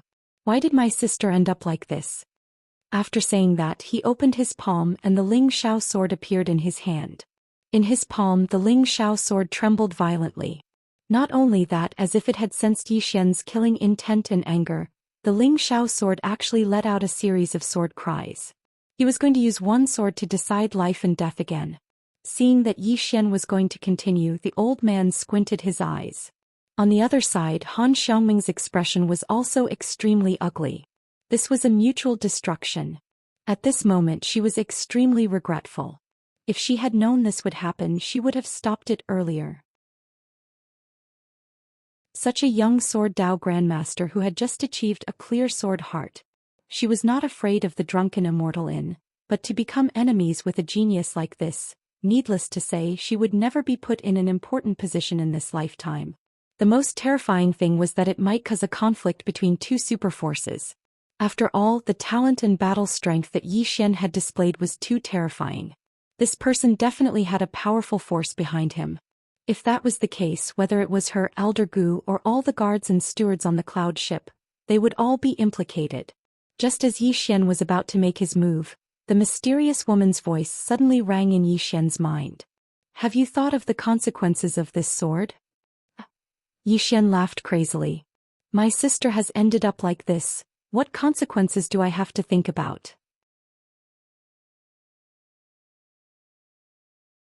Chapter 22.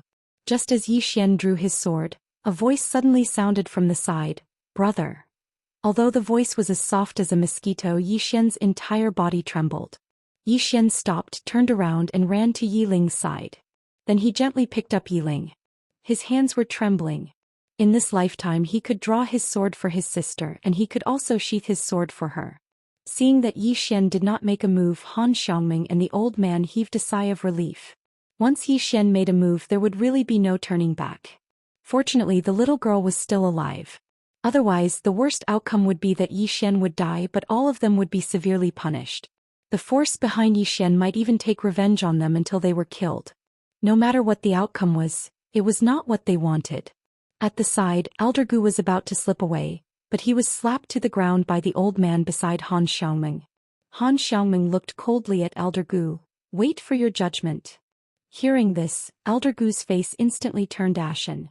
On the other side, Yi Xian carefully held Yi Ling in his arms. Looking at Yi Ling's pale face, this young man who had never cried despite being injured countless times in the past was now bursting into tears. Yi Ling looked at Yi Xian and said softly, "Brother, don't cry. I'm not in that much pain. Yi Xian hugged Yi Ling tightly and cried like a child. "It's brother's fault, it's brother's fault." At this moment the middle-aged man walked in front of Yi Xian with the little fatty. "Little friend, I brought a doctor with me. Can you let him take a look?" Yi Xian hurriedly said, Yes, thank you." The middle-aged man smiled and turned to look at the old man in black. The old man nodded and then squatted in front of Yi Ling. After a moment the old man said softly, "It's fine, they are all external injuries. As for the dislocated hand, the old man has already reconnected it. She just needs to rest for a few days. However, there is a cold energy in her body. The old man has never seen it before." As he spoke he looked at Yi Xian. Yi Xian said in a low voice, "It's fine as long as there are no other problems. As for this cold energy, I will think of a way in the future. As for this cold energy, I will think of a way in the future." Yi Xian cupped his fists at the middle-aged man. "I'm Yi Xian. May I know your name?" The middle-aged man said, "Lord Lu Xiaoran." Lord. Yi Xian was slightly startled, but he quickly cupped his fists again. "Thank you for little sister's matter." Lu Xiaoran smiled. "It's a small matter." Yi Xian nodded. Then holding his sword he turned around to face Elder Gu, who was not far away. Seeing this scene, Lu Xiaoran was slightly startled. Not only Lu Xiaoran but the surrounding people were also startled. This guy still won't let it go? Han Xiaoming and the old man beside her had their faces sunk. Elder Lu was an elder of the drunken immortal house. Even though he was only a small elder in the outer house, he was still an elder of the drunken immortal house. No matter what, they couldn't let him be killed by Zhou Xian. Otherwise, it would be the same as slapping the drunken immortal in's face. Zhou Xian walked in front of Elder Gu, while Han Xiangming stood in front of Zhou Xian. Young Master Yi, the drunken immortal in will deal with this matter. Don't worry, we will severely punish him and give young Master Yi an explanation. Zhou Xian looked at Han Xiangming coldly. Get lost. Han Xiangming's brows instantly knitted together. Just as she was about to speak, Zhou Xian walked in front of her and looked straight at her. You were the one who allowed us to move in, but he came to make things difficult for us brother and sister and you didn't stop him.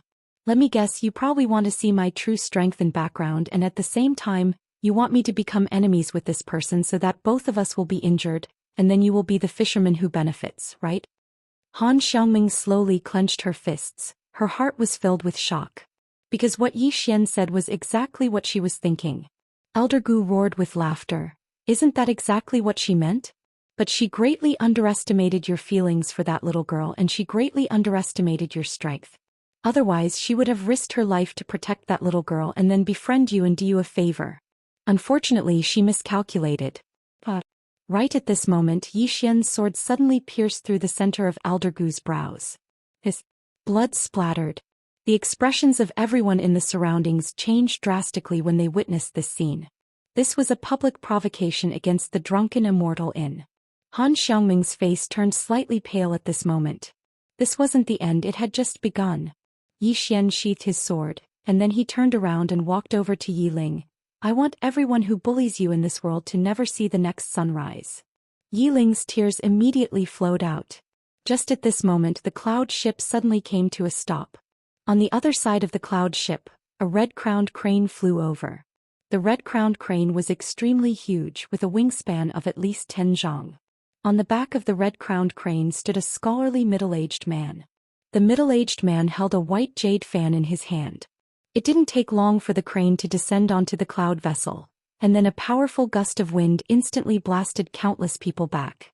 The middle-aged man walked down slowly from the crane. Han Xiangming and the old man's expressions changed drastically because they hadn't expected this person to be here. They immediately hurriedly walked over and bowed slightly. Greetings, Tower Master Han. The city governor of Thousand Mountain City, Lu Xiaoran, had a solemn expression on his face when he heard this. The drunken immortal inn had a total of 9 levels, and every single level had a tower master. Not only did every single tower master possess enormous authority, their strength was unfathomable as well. Tower Master Han was probably in charge of everything within the drunken immortal inn, and even the king of the kingdom of Jiang had to be courteous to her.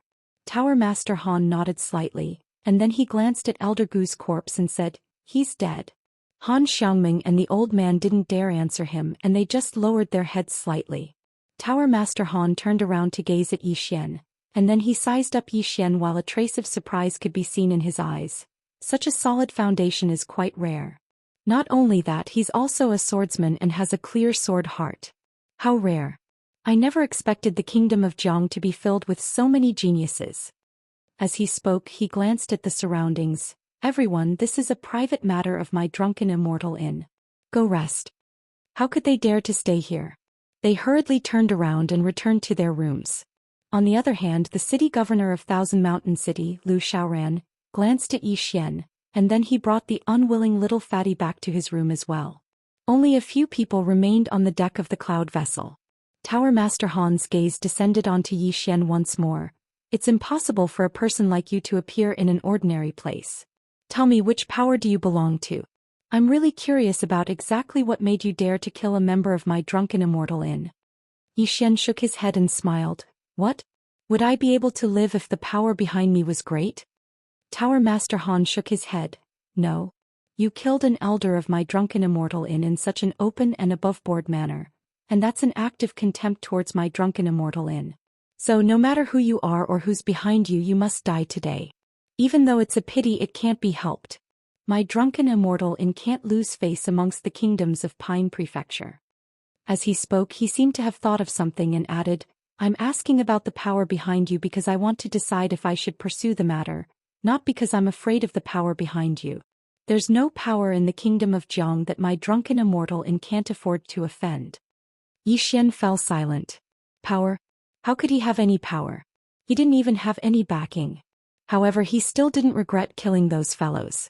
Brainless? Impulsive? He admitted that he was brainless and he admitted that he was impulsive. However, if he was given a choice, he would do the same without hesitation. Because if he didn't kill those fellows, the drunken immortal in would at most punish them. Even if they were to be punished, they would return to their comfortable lives in a few years' time. As for his sister, would she be beaten up for nothing? No. He could endure being beaten up for his sister. However, Yi Xian could not bear to beat up his sister. Tower Master Han said indifferently, "Why? You don't want to say?" Yi Xian smiled, "There's no power behind me. Really, I'm not lying to you." Tower Master Han squinted her eyes. "Without any backing, you dared to kill my drunken immortal in's men?" Yi Xian stared at the scholarly man in front of him. "Since the drunken immortal in is bullying others, I killed them. It's that simple." The scholarly man chuckled. "Bullying others? In this world, only the strong are respected. My drunken immortal in is bullying others. Just endure it and you will have your own place in the future. To ruin your future just to vent your anger, you are stupid, do you know that?" Yi Xian straightened his back. "How can a swordsman's spine bend?" The scholarly man smiled. "Swordsman, that's true. A swordsman that bends is no longer a swordsman. Forget it. Since you said that you don't have any backing, then you will bear this alone. I will be with Big Brother." At this moment, Yi Ling suddenly hugged Yi Xian. She stared at the scholarly man. "Us siblings will bear this together." Tower Master Han glanced at Yi Ling and smiled. "All right, I will help you two siblings." As she spoke, she looked at the old man not far away. "Hang their corpses at the bow of the ship. Let the world know what happens to those who offend my drunken immortal in. I will also let the world know that my drunken immortal in is bullying others. If you are not satisfied, then feel free to come." As she spoke, she turned to leave. But at this moment, the sword on Yi Xian's waist trembled violently. Yi Xian was stunned. Tower Master Han turned to look at the bow of the ship. Not only Tower Master Han, everyone else also looked at the bow of the ship. At the bow of the ship, a woman had appeared out of nowhere. She had waist-length hair and wore a plain dress. Her back was facing them and her right hand was behind her back.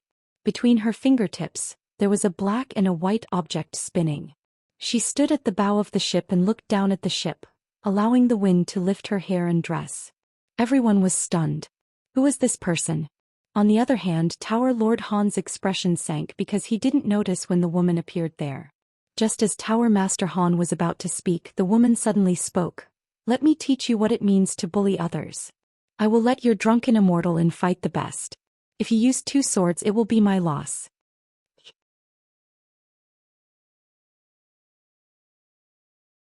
Chapter 23. Yi Xian was stunned when he heard this voice. What a familiar voice. In the next moment his figure trembled. Because it was the voice of that mysterious woman from within the pagoda of Pagoda. "He's out. She can come out." Yi Xian was completely stunned. Tower Master Han's eyes narrowed slightly when she heard the mysterious woman. "You want my immortal indulgence brothel to come out? What high-sounding sentiments.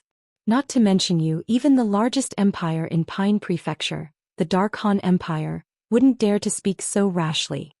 After all, the immortal indulgence brothel's forces didn't just exist in the kingdom of Jiang, it covered the entire prefecture. Dynasties had changed countless times in Pine Prefecture, but the immortal indulgence brothel still existed. That was sufficient to prove it. The mysterious woman didn't speak. Under the gazes of the crowd, she lightly flicked her jade-like hand, and in an instant, the river water below suddenly gathered. In the blink of an eye, under the astonished gazes of the crowd, the river water condensed into a water sword. Moreover, the river had practically been instantly drained dry. The expressions of everyone here had changed when they witnessed this scene, including Tower Master Han. What sort of ability is this? Watch carefully. Suddenly, the mysterious woman's voice resounded in Yi Xian's mind. Determine life and death with a single strike of the sword. As soon as she finished speaking, the water sword in her hand suddenly transformed into a ray of light that flashed through the surroundings. Was it fast? It wasn't fast at all. Everyone here had witnessed it clearly. However, Tower Master Han's expression had changed violently at this moment. Because he was the target of the sword and it was extremely slow in his eyes as well. What did this mean? It meant that he wasn't able to discern the essence of this attack at all. This attack had exceeded the scope of his understanding. Even then, Tower Master Han didn't just stand there and wait for death to descend upon him. He suddenly pressed his palms together, and then a ray of golden light instantly appeared around him. At the same time, he swiftly formed a seal with his hands and pushed it forward. Mountain Guard Seal. As soon as he finished speaking, a golden disc made of energy suddenly appeared in front of him, and the mountains in the surroundings trembled violently. In next to no time, countless strands of earthen yellow energy shot out violently from the mountains, and the golden energy surged into the golden disc like rivers flowing into the ocean. At this moment, the golden disc trembled violently, and the golden light that erupted from it caused even the scorching sun in the sky to pale in comparison. Under everyone's gaze, the mysterious woman's sword arrived. Everyone thought that the world would collapse, but the next scene caused everyone to be petrified on the spot. When the water sword was still a few feet away from the golden disc suddenly shattered, transforming into golden energy that scattered across the sky. The water sword's speed was still very slow. Under Tower Lord Han's incredulous gaze, it approached him bit by bit. He had no way of resisting and could only allow the water sword to reach his forehead. As for the mysterious woman in the distance, her back was still facing them. He did not turn around at all. Utter defeat. He was completely defeated with a single sword strike. Han Xiangming and the old man were shocked to the point their bodies trembled. Yi Xian didn't know Tower Lord Han's strength, but they were clearly aware that Tower Lord Han's strength could definitely be ranked in the top 5 in the country of Jiang. Yet at this moment she'd been defeated with a single attack? Is she an expert at the Sword Master realm? Meanwhile, the mysterious woman's voice resounded abruptly. A single attack determines life and death. If I want him to live, then he will live. If I want him to die, then he will die. If I attack, then my enemy's life will be at the mercy of my sword. Understand? Yi Xian gulped. I don't really understand. The mysterious woman nodded slightly. That's normal. If you explain it clearly, then I'll have to beat you up. The profundity of this sword technique isn't something that you can comprehend right now. However, now that you've seen this attack of mine, you should have a rough understanding of it. It'll be extremely beneficial to you. Yi Xian bowed deeply. I understand. The mysterious woman nodded and continued. Ask the strongest fighter of the Immortal Indulgence Pavilion to come forth. If he can't finish him with a single attack, then I'll consider it my loss. Everyone. Tower Lord Han looked at the mysterious woman and smiled bitterly. Senior, this time my Immortal Indulgence Pavilion. Tower Lord Han's voice suddenly stopped because the water sword between his eyebrows had already pierced half an inch into his forehead. Fresh blood flowed out. The mysterious woman's voice resounded again. You're too weak, so don't speak. I won't kill you because I want you to watch how I use my power to bully your Immortal Indulgence Pavilion. Now call the strongest fighter of your Immortal Indulgence Pavilion out. At this moment, Tower Lord Han's expression was as ugly as if he had eaten 10 caddies of shit. He knew that the Immortal Indulgence Pavilion had kicked an iron plate this time. However, why would there be such a terrifying expert in this tiny country of Jiang? At this moment, a black dot appeared in the distant sky. Soon the black dot grew larger and larger. At the same time, a loud laughter resounded in the sky. I am the 8th floor lord of the Immortal Indulgence Pavilion. I wonder how my Immortal Indulgence Pavilion has offended you for you to be so angry. At this moment, the water sword between Tower Lord Han's eyebrows suddenly shot into the sky, into the distant sky. In the blink of an eye. Ah! A miserable cry resounded in the sky, and in the blink of an eye, a bloody old man's head slowly fell from the sky. Tower Lord Han's face instantly turned pale when he saw this. At this moment, he knew that he had greatly underestimated the mysterious woman's strength. He was not a sword master at all. He might even be a swordsman at the Sword Emperor level. A Sword Emperor, an Emperor of Swords. Tower Lord Han's face turned even paler when he thought of this. If it was an expert of this level, even though the Immortal Indulgence Pavilion could resist, he would lose his position as floor lord after offending such a peerless expert for no reason. Not only would he lose his position, but he might even suffer the pain of purgatory. Because the Immortal Indulgence Pavilion had already lost a floor lord this time, and judging from the woman's attitude she showed no signs of giving up. The commotion on the ship was naturally huge, and the experts of the surrounding powers had sensed it. However, none of them dared to get close to the ship and they only dared to watch from afar. Everyone knew that a peerless swordsman was killing people here. On the ship, the water sword floated next to the mysterious woman. The mysterious woman pointed at Tower Lord Han with the water sword. Call for help, continue to call for help. Tower Lord Han smiled mournfully. Senior, this is our fault. Please don't be angry, we will. One of Tower Lord Han's arms flew off. The mysterious woman said calmly, next time you speak nonsense I will cut off your head. If I tell you to call for help, then call for help. Understand? Tower Lord Han's expression was extremely bitter. Call for help? He naturally could still call for help, but looking at the situation now, even if he called for help he would probably die. Not calling for help? This mysterious woman clearly would not give up. This time the Immortal Indulgence Pavilion had failed. Thinking of this, he glanced at Zhou Xian not far away. Damn, didn't you say there was no one behind you? That's it. If you had someone you should have said so earlier. If you had said there was a sword emperor behind you, why would I make things difficult for you? As for Zhou Xian, he was still slightly stunned. He knew that the mysterious woman was definitely not an ordinary person and was very strong, but he didn't expect her to be so strong. He didn't expect the mysterious woman to help. Although the mysterious woman had come to help, he had a bad feeling because he noticed that there was something wrong with the world prison pagoda within him.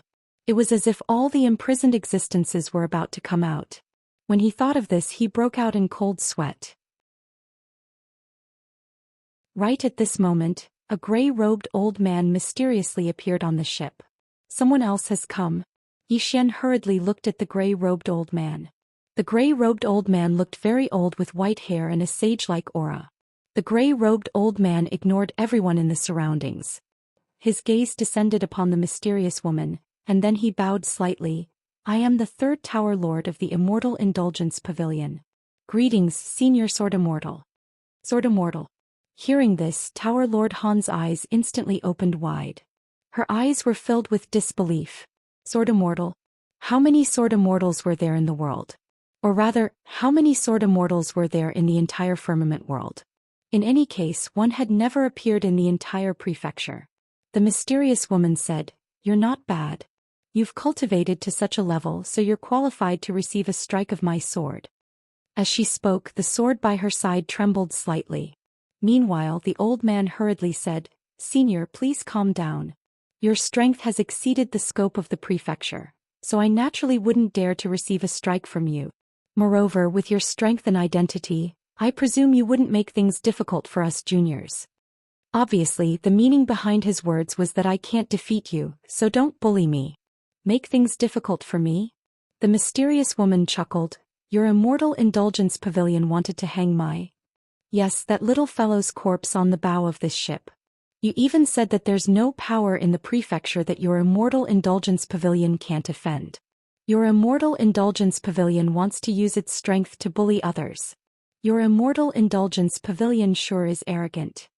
The old man didn't explain himself because doing so before such an expert was no different than courting death. He glanced at Zhou Xian who was standing nearby. Subsequently he walked up to Zhou Xian and bowed deeply. Young friend, my drunken immortal restaurant has offended you in the past. Please forgive us. Zhou Xian naturally knew that the old man was apologizing because of the mysterious woman, so he didn't act arrogantly. However, he didn't speak as well. It was best to remain silent at a time like this. The old man turned around to glance at Tower Lord Han. The latter was about to speak when the old man waved his right hand and a powerful force enveloped Tower Lord Han. Bang! Tower Lord Han was instantly transformed into ash. The old man turned around and bowed slightly to the mysterious woman. Senior, please calm your anger. The mysterious woman didn't speak.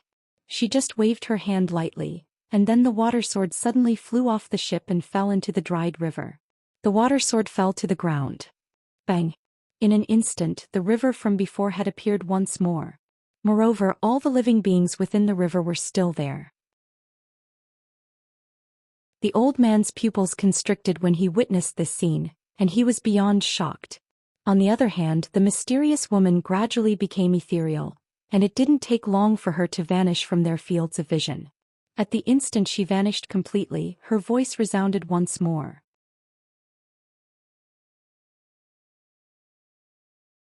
Chapter 24. The deck of the cloud boat suddenly fell silent.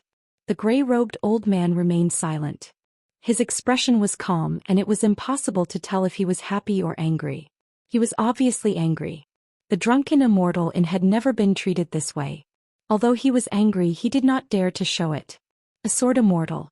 The mysterious woman was most likely a sword immortal. If she really was a sword immortal, then the drunken immortal really could not afford to provoke them. The drunken immortal could fight against a sword immortal with all its strength, but it was only a fight. Moreover, who knew if the sword immortal had any friends? Or a powerful faction? Even if she had no friends or faction, she alone was enough to destroy the drunken immortal. A sword immortal. How terrifying was the battle strength of such a person. Apart from the guardians of heaven and earth, the worst person to provoke was a swordsman. And the worst person to provoke was the guardians of heaven and earth, the swordsman. Therefore, even if the mysterious woman's words were a slap to the face, the gray-robed old man did not dare to say anything. One must know that the swordsman had an extremely strange temper. If he were to say anything, he might die here today. The gray-robed old man withdrew his thoughts and glanced at Zhou Xian. It was obvious that the mysterious woman had stopped because of the young man before him. The swordsman was a loner, but once he had a disciple he would no longer be a loner. A sword immortal's disciple. The gray-robed old man's expression was rather complicated. He should have tried his best to rope such a person in, but it had come to this. With this thought, the gray-robed old man walked in front of Zhou Xian. He sized up Zhou Xian and pointed with his finger, causing a purple card to land in front of Zhou Xian. Young friend, the matter between you and the drunken immortal is over. This is a VIP card of the drunken immortal. It's a small token of my appreciation, please accept it. Han Xiangming suddenly explained, this is a purple card. With this card you can enjoy a 50% discount on anything you buy in the Drunken Immortal Inn.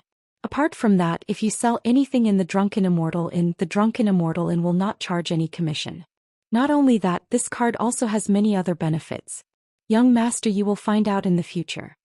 Zhou Xian naturally didn't refuse. He accepted the purple card and cupped his fists. Junior is going to rest. Goodbye. After that he pulled Yiling away. After Zhou Xian and his sister left, Han Xiangmeng and the old man beside her slowly knelt down. The gray-robed elder slowly closed his eyes. Your grandfather used to be one of my subordinates. Of course, I didn't treat him as a subordinate. I treated him as a brother. You're his granddaughter, so you're also half my granddaughter. Han Xiangming slightly lowered her head, not daring to speak. The gray-robed old man shook his head. You're his only bloodline, so I don't want to kill you. But don't interfere in the matters of the Drunken Immortal restaurant for now. Go back to the imperial capital and reflect on yourself. Hearing this, Han Xiangming's face instantly turned pale. His many years of hard work had all gone up in smoke. The gray-robed elder glanced at the river below and slowly clenched his right hand. Sword Immortal. I never thought that I would be able to see a sword immortal in this life, but in such a way. After that he turned around and disappeared into the horizon. On the deck of the cloud ship, Han Xiangming bitterly smiled. Was I wrong? Beside Han Xiangming, the old man solemnly said. Miss, the affairs of the world are unpredictable. There's no need to blame yourself. Han Xiangming shook her head. If I had sincerely befriended him before with his potential and the people behind him, it would have been easy for me to enter the core of the Drunken Immortal restaurant in the future. Unfortunately, I was too calculative and missed the chance to change my fate and my family's fate. The old man slightly lowered his head and did not speak. Han Xiangming stood up and looked at the horizon. Fine, I'll take it as a lesson today. After that she turned around and left. Zhou Xian brought his sister Yiling back to their private room. It was the ordinary room. The two of them did not want to stay in a special room. Inside the room, Zhou Xian coaxed Yiling to sleep before entering the World Prison Pagoda. Just as he entered the World Prison Pagoda, he found that something was wrong. He found that the second floor had moved. Noticing this, Zhou Xian's expression changed. Just as he was about to speak, the mysterious woman's voice sounded again. Have you vented your anger? Yi Xian bowed deeply. Many thanks for Senior's help. The mysterious woman coldly said. Help? Do you know why I helped? Yi Xian shook his head. The mysterious woman said, do you remember what I asked you before? I asked you, do you know the consequences of that sword? Yi Xian nodded. The mysterious woman said, at that time if you did not use that sword, I would not have helped you today. Yi Xian was stunned. He did not understand. Why? If I did not use my sword, the matter would have been settled. Humph. The mysterious woman coldly said, settled? It's understandable to be sly, but if someone close to you is treated like that and you still think about the consequences, then what right does that person have to wield a sword? Moreover, if you did not use that sword, your heart would be sullen and your sword Dao heart would be shattered. You would never have the chance to become a powerful swordsman in this life. My sword heart would be shattered? Why? Yi Xian was puzzled. The mysterious woman said, swordsman cultivates the sword but also the heart, and the heart is the true heart.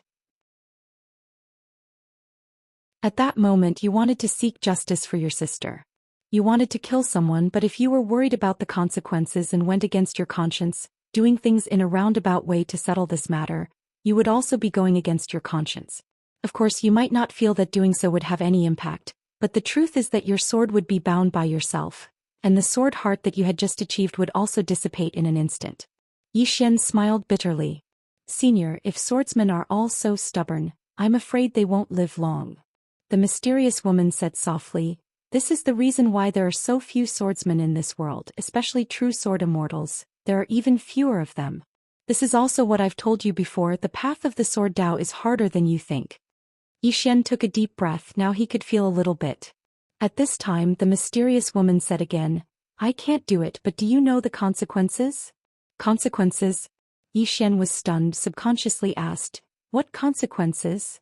The mysterious woman said, I've told you before, the seal of this pagoda has been loosened, and my action this time affected the seal of every layer of this pagoda.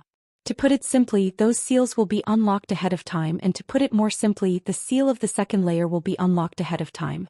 At most, in 4 to 5 months, the seal of the second layer will completely disappear. At that time, if you can't find the Dao law, you will die without a doubt. Don't even think about doing anything to me. If I help you deal with the existence on the second layer, then all the seals of this pagoda will loosen. At that time the consequences will be very severe. Besides that, I won't destroy the seals of this pagoda because of you. Understand? Yi Xian fell silent for a moment and then he said, Senior, can't you do it again? The mysterious woman said, at the very least I can't do it again before you find the Dao law. It's even to the extent that I can't leave this pagoda again. Of course, even if I can, I won't do it again. To be honest, I only did it because you dared to draw your sword to seek justice for your younger sister. And it was also because I can't stand the sight of that fellow. Understand? Yi Xian nodded. I understand. He was very clearly aware that one had to rely on oneself, and he was very clearly aware that even if she'd helped him once, it didn't represent that she would help him a second time.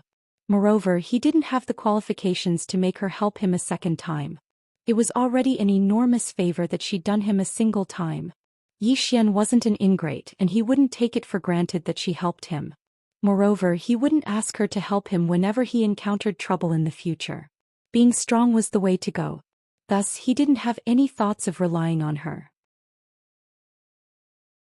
Conversely, the mysterious woman's final words allowed him to understand that he had to rely on himself for everything. It was unrealistic and foolish to pin one's hopes on others.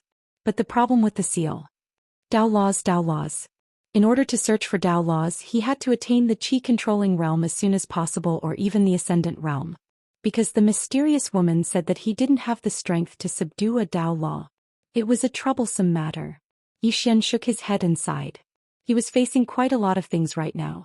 The most important was his younger sister's illness, and the second was the seal in the pagoda.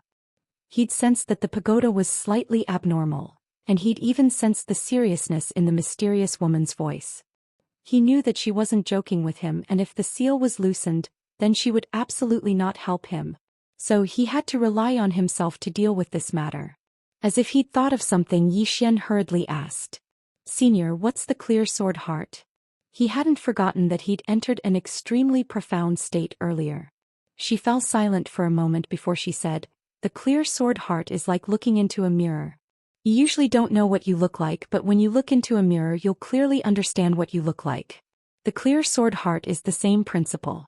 You're very clear about the direction of your path in the sword Dao and you know what it looks like. To put it simply, you've clearly understood yourself and your sword Dao."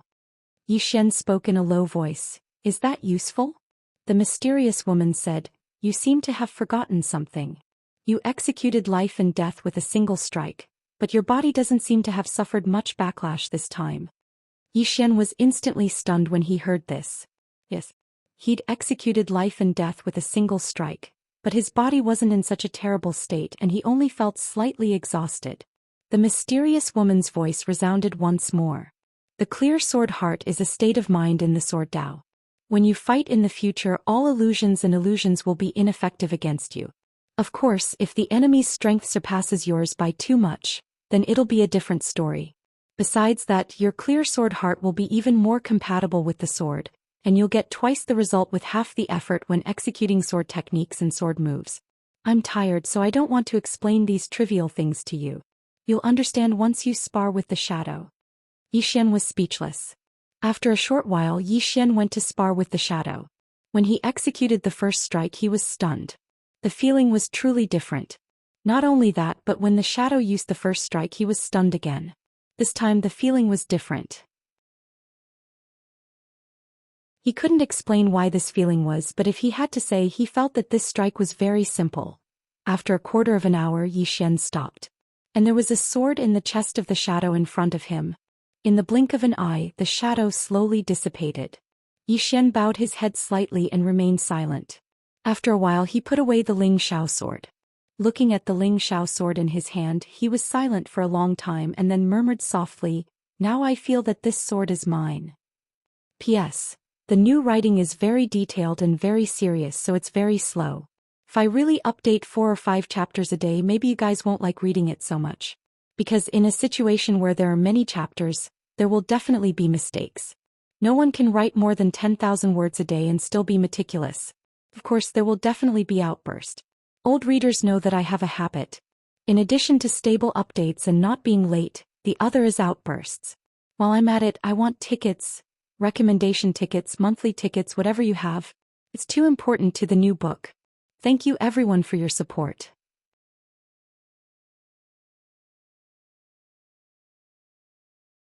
Chapter 25. Before this, Ling Shao sword was a little unfamiliar to him. That feeling was as if this sword wasn't his and it was rather jerky to use. But now that unfamiliar feeling was gone, but it wasn't very familiar either. However, it was much better than before, at least it didn't have that jerky feeling from before. At this moment he realized the importance of a sword's compatibility with its master. Putting away the sword, Yi Xian left the world prison pagoda and washed up. Sleep. Cultivation was important, but rest was equally important. No matter how much he wanted to become stronger, no matter how crazily he cultivated, he would rest every day. Because after resting he would be full of energy and be able to cultivate better. Outside. No one knew when the cloud ship had quietly started moving, as if everything had returned to normal. But the people on the cloud ship didn't forget that young man, nor did they forget the commotion outside the cloud ship. Everyone was curious about whether that young man was dead. He should be dead. After all, the people of the drunken Immortal house weren't that easy to kill. The cloud ship flew over the vast river and came to an endless mountain range. Standing on the cloud ship and looking down, one could see tens of thousands of mountains. The scenery was too beautiful to behold. Many more people appeared on the deck of the cloud ship. All of them had calm expressions on their faces as if nothing had happened. Because the drunken Immortal house had issued a warning, everyone had to keep what happened a secret, or else the drunken Immortal house would be severely punished. No one dared to offend the drunken Immortal house. In the room. After an unknown amount of time, Yi Xian felt a little itchy on his face. He slowly opened his eyes, and what entered his eyes was a pair of big and lively eyes. At this moment, Yi Ling was holding a small handful of her hair and gently scratching his face. Seeing that Yi Xian had woken up, Yi Ling smiled sweetly. "Brother." Yi Xian looked around and asked, "What time is it?" Yi Ling smiled. "Noon." Big brother slept in today. But it's okay, brother can continue to sleep, I'll watch brother. Xian gently pinched Ling's little nose and smiled. Come, let's go out for some fresh air. After saying that, he got up and washed up, then brought Ling to the deck of the cloud ship. When the brother and sister duo appeared on the deck of the cloud ship, everyone's gazes were focused on them. Not dead? Everyone's mind was filled with question marks. He actually didn't die after killing someone from the drunken Immortal restaurant? On the other side, Lu Xiaoran took a deep look at Xian and said softly, "This youth is not simple." Beside him, little Fatty ran up to Xian and his sister. Little Fatty glanced at Xian and knelt down on one knee. "Big brother, please accept me as your disciple. Just name the price. My father is rich." Xian was speechless. Ling covered her little mouth as she giggled. Lu Xiaoran walked up to Xian and his sister. He kicked the chubby boy and jokingly scolded, "Do you know how hard it is to become a swordsman?" Little Fatty looked at his head in dissatisfaction. "What's there to be afraid of? You can solve it with money." Lu Xiaoran's expression was rather awkward. He cupped his fists at Xian and said, "I'm sorry for my poor discipline." Xian smiled and looked at little Fatty. "You want to become a swordsman?" Little Fatty hurriedly nodded. Xian smiled and said, "Sure, but you have to lose weight first." Hearing that, little Fatty's expression instantly turned bitter. Lose weight? That was worse than killing him. Seeing little Fatty's expression, Xian and Lu Xiaoran both laughed. At this time, Lu Xiaoran smiled and said, "Little friend Xian, are you going to the capital this time?" Xian nodded. "Yes." Lu Xiaoran sized up Xian and then asked, "Are you going to participate in Kuraki Academy's recruitment?" Xian was slightly stunned. "How do you know, senior?" Lu Xiaoran smiled and said, "The triennial recruitment of Kuraki Academy is considered the most lively event in country of Jiang. Little friend, you're so young and you're going to the capital. Moreover, Kuraki Academy is about to start recruiting, so you should be going to Kuraki Academy." As he spoke, he pointed at little Fatty in front of him. "This is my son Lu Ming. This time, I'm bringing him to the capital in hopes of seeing if he can join Kuraki Academy." Little Fatty Lu Ming patted his chest. "Dad, don't worry. I'll definitely join Kuraki Academy. If they don't let me join, I'll buy Kuraki Academy." Xian and his sister were speechless. Lu Xiaoran shook his head and sighed.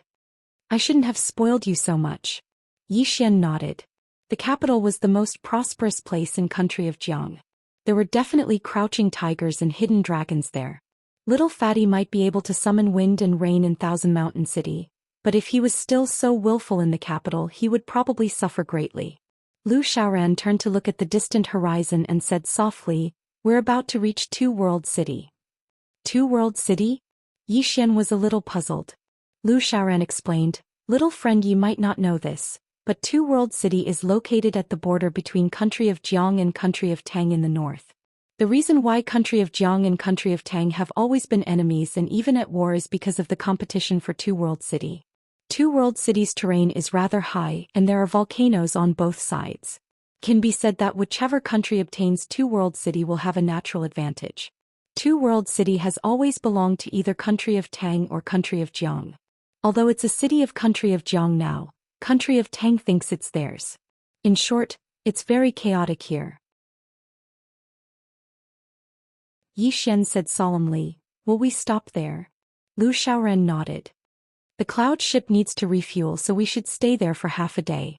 Xian said, "Senior Lu, are you afraid that something will happen?" Lu Xiaoran smiled and said, "There shouldn't be anything wrong. It's just that it looks quite troublesome. Although country of Jiang is in charge of that place, country of Tang's people can come and go as they please. They can even openly provoke the city. So it's a long story." Xian nodded and did not say anything. After chatting with Lu Xiaoran for a while, Xian brought Ling to the bow of the ship. Looking at the mountains and rivers below the ship, Xian slowly clenched his right hand. "One day I will ride my sword and look down on this world." As he spoke, he hurriedly asked in his heart, "Senior, can I ride my sword now?" "Yes," the mysterious woman said. Hearing this, Xian was overjoyed. At this moment, the mysterious woman said, "You can do it in your dreams." Xian was speechless. 2 hours later, the cloud ship sailed past the mountains and a city appeared before everyone's eyes. The city was located between two mountains. The entire city was like a gate between the two mountains. On the opposite side of the city was a plain, and at the end of the plain, a city could be vaguely seen. Over there was another country, the Tang Empire. At this moment, a voice sounded in everyone's ears. Everyone, the cloud ship needs to refuel. We will stay in Two World City for 2 hours. After 2 hours, please board the ship immediately. Moreover, Two World City is quite chaotic. If there is no other need, try not to wander around. As the voice fell, the cloud ship trembled violently. Soon the cloud ship began to slowly descend. Trembling a little, Yiling held Zhou Xian's arm tightly. As the cloud ship got closer and closer to the ground, Two World City became bigger and bigger in everyone's eyes. Standing on the cloud ship and looking down, Two World City was indeed much worse than Thousand Mountain City. The city was dilapidated and there were fewer people. It looked quite desolate. The cloud ship steadily stopped in the middle of a large river. In next to no time, countless people got off the cloud ship, and Zhou Xian and his younger sister got off as well. However, they didn't go anywhere else, and they only rested at the resting area arranged by the Drunken Immortal restaurant. The Drunken Immortal restaurant arranged a square. The square was quite wide, close to the street and very close to the city gate. And in the square there were all kinds of food sold. Zhou Xian walked to a noodle stall with his sister. Zhou Xian shouted, "Boss, give me 2 bowls of noodles." The boss replied. Soon 2 bowls of steaming noodles were brought to Zhou Xian and Yiling. Every night there would be an egg and some minced meat in the noodles. Zhou Xian put the egg in his bowl into Yiling's bowl. Yiling rolled her eyes at Zhou Xian, then returned the egg to Zhou Xian. "Brother, don't tell me you don't like to eat eggs." "Humph, I won't fall for it."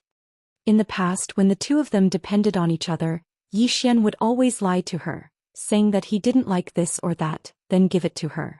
She believed him when she was young. Only later did she realize that it was not that her brother didn't like it, but that he couldn't bear to eat it. Zhou Xian gently rubbed Yiling's little head, then smiled and said, "Boss, give us 2 more eggs." "Okay." On the other side, Han Xiaoming looked at the brother and sister in the distance. After a long time she said softly, "This kind of feeling has never appeared in the family." The old man beside Han Xiaoming shook his head. "This person values that little girl too much. In the future that little girl might become his weakness." Han Xiaoming looked at Yiling's bright face and said softly, "That girl is blessed." After saying that, she turned and left. After a while, Zhou Xian and his sister were full. Zhou Xian looked at the boss not far away. "Boss, the bill." The boss smiled and walked in front of Zhou Xian. "Sir, for gold coins." Zhou Xian, who was about to take out the money, was stunned. He thought that he had heard wrong and asked, "For gold coins?" The boss nodded, "4 gold coins." On the side, Yiling, who was drinking soup, was stunned. Her eyes were wide open. 4 gold coins? In Qingqing, a bowl of noodles was only 5 silver coins. Zhou Xian and his sister looked at each other. Finally, Zhou Xian stood up. "Boss, 2 bowls of noodles, 2 eggs for gold coins? Or are you sure?" The boss's smile also disappeared. "What, sir, are you going to eat and dash?" Zhou Xian said in a low voice. "Boss, you are running a scam." The boss said coldly, "We have been selling here for several years and we have always been selling at this price. How is this a scam? I think you don't want to pay." Zhou Xian was about to speak when a voice suddenly came from the side. "Big brother, it's my treat." Zhou Xian and his sister heard the voice. It was Lu Ming, and not far behind him was Lu Xiaoran. Lu Ming walked in front of the boss and he took out 4 gold coins and gave it to the boss. He said angrily, "This is my big brother. You think my big brother can't afford a bowl of noodles?" The boss glanced at Lu Ming, didn't say anything, kept the gold coins and turned to leave. Lu Ming turned to look at Zhou Xian and smiled. "Hello, big brother." Zhou Xian was a little amused. This little fatty probably wanted to learn swordsmanship. At this moment, a sudden rush of horse hooves came from the distance in front of the city gate. Soon, under everyone's gaze, a dozen black-armored cavalry suddenly rushed into the city. Tang Empire. Beside Zhou Xian, Lu Xiaoran said in a low voice, "This should be the Tang Empire's black-armored cavalry. Why are they here? Are they going to start a war?" Black-armored cavalry. Zhou Xian looked at the group of cavalry.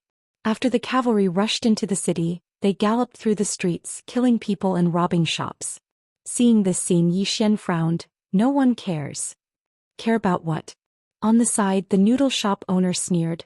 Those guards in the city are probably hiding in the basement now.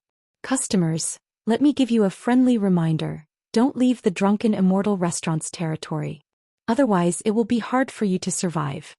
Just as Yi Xian was about to speak, the group of black armored cavalry suddenly rushed out of the city. There were some baggage on their backs as well as some crying women. The leader of the black armored cavalry laughed maniacally.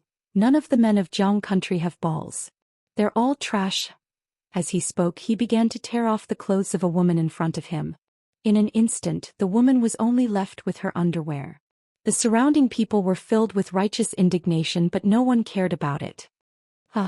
The leader of the black armored cavalry laughed maniacally. Men of Jiang country, watch out for me. Not only will I rob your wealth, I will also sleep with your women. At this moment, Yi Xian suddenly turned to look at Lu Xiaoran. Senior, please take care of my sister. With that, Yi Xian picked up the bench beside him and rushed out.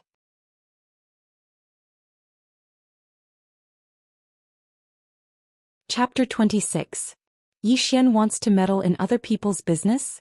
This was what everyone was thinking at this moment. When they saw Yi Xian charging towards the black armored cavalry, everyone was sure that Yi Xian really wanted to meddle in other people's business. Courting death. This was what everyone was thinking at this moment. Although Two World City belonged to the Jiang country, it could be said to be within the Tang country's sphere of influence. Not to mention Yi Xian, even Lu Xiaoran did not dare to act rashly, fearing that he would provoke a large number of black armored cavalry. However, Yi Xian made his move. Many people started to grumble in their hearts, blaming Yi Xian for looking for trouble. If a large number of black armored cavalry were to be provoked, wouldn't he be inviting trouble for everyone? Somewhere, Han Xiaoming glanced at Yi Xian, who was charging out, and shook her head. This person never thinks about the consequences of his actions and will cause countless troubles. The old man beside her nodded. There's no point in doing such a strenuous and unrewarding thing, and it might even lead to greater troubles. Han Xiaoming nodded, and she looked into the distance, where Yi Xian had already rushed to the city gate. Under the gazes of countless people, the black armored cavalry leader, who was about to charge out of the city, suddenly turned his head. The moment he turned his head, a wooden stool smashed towards him.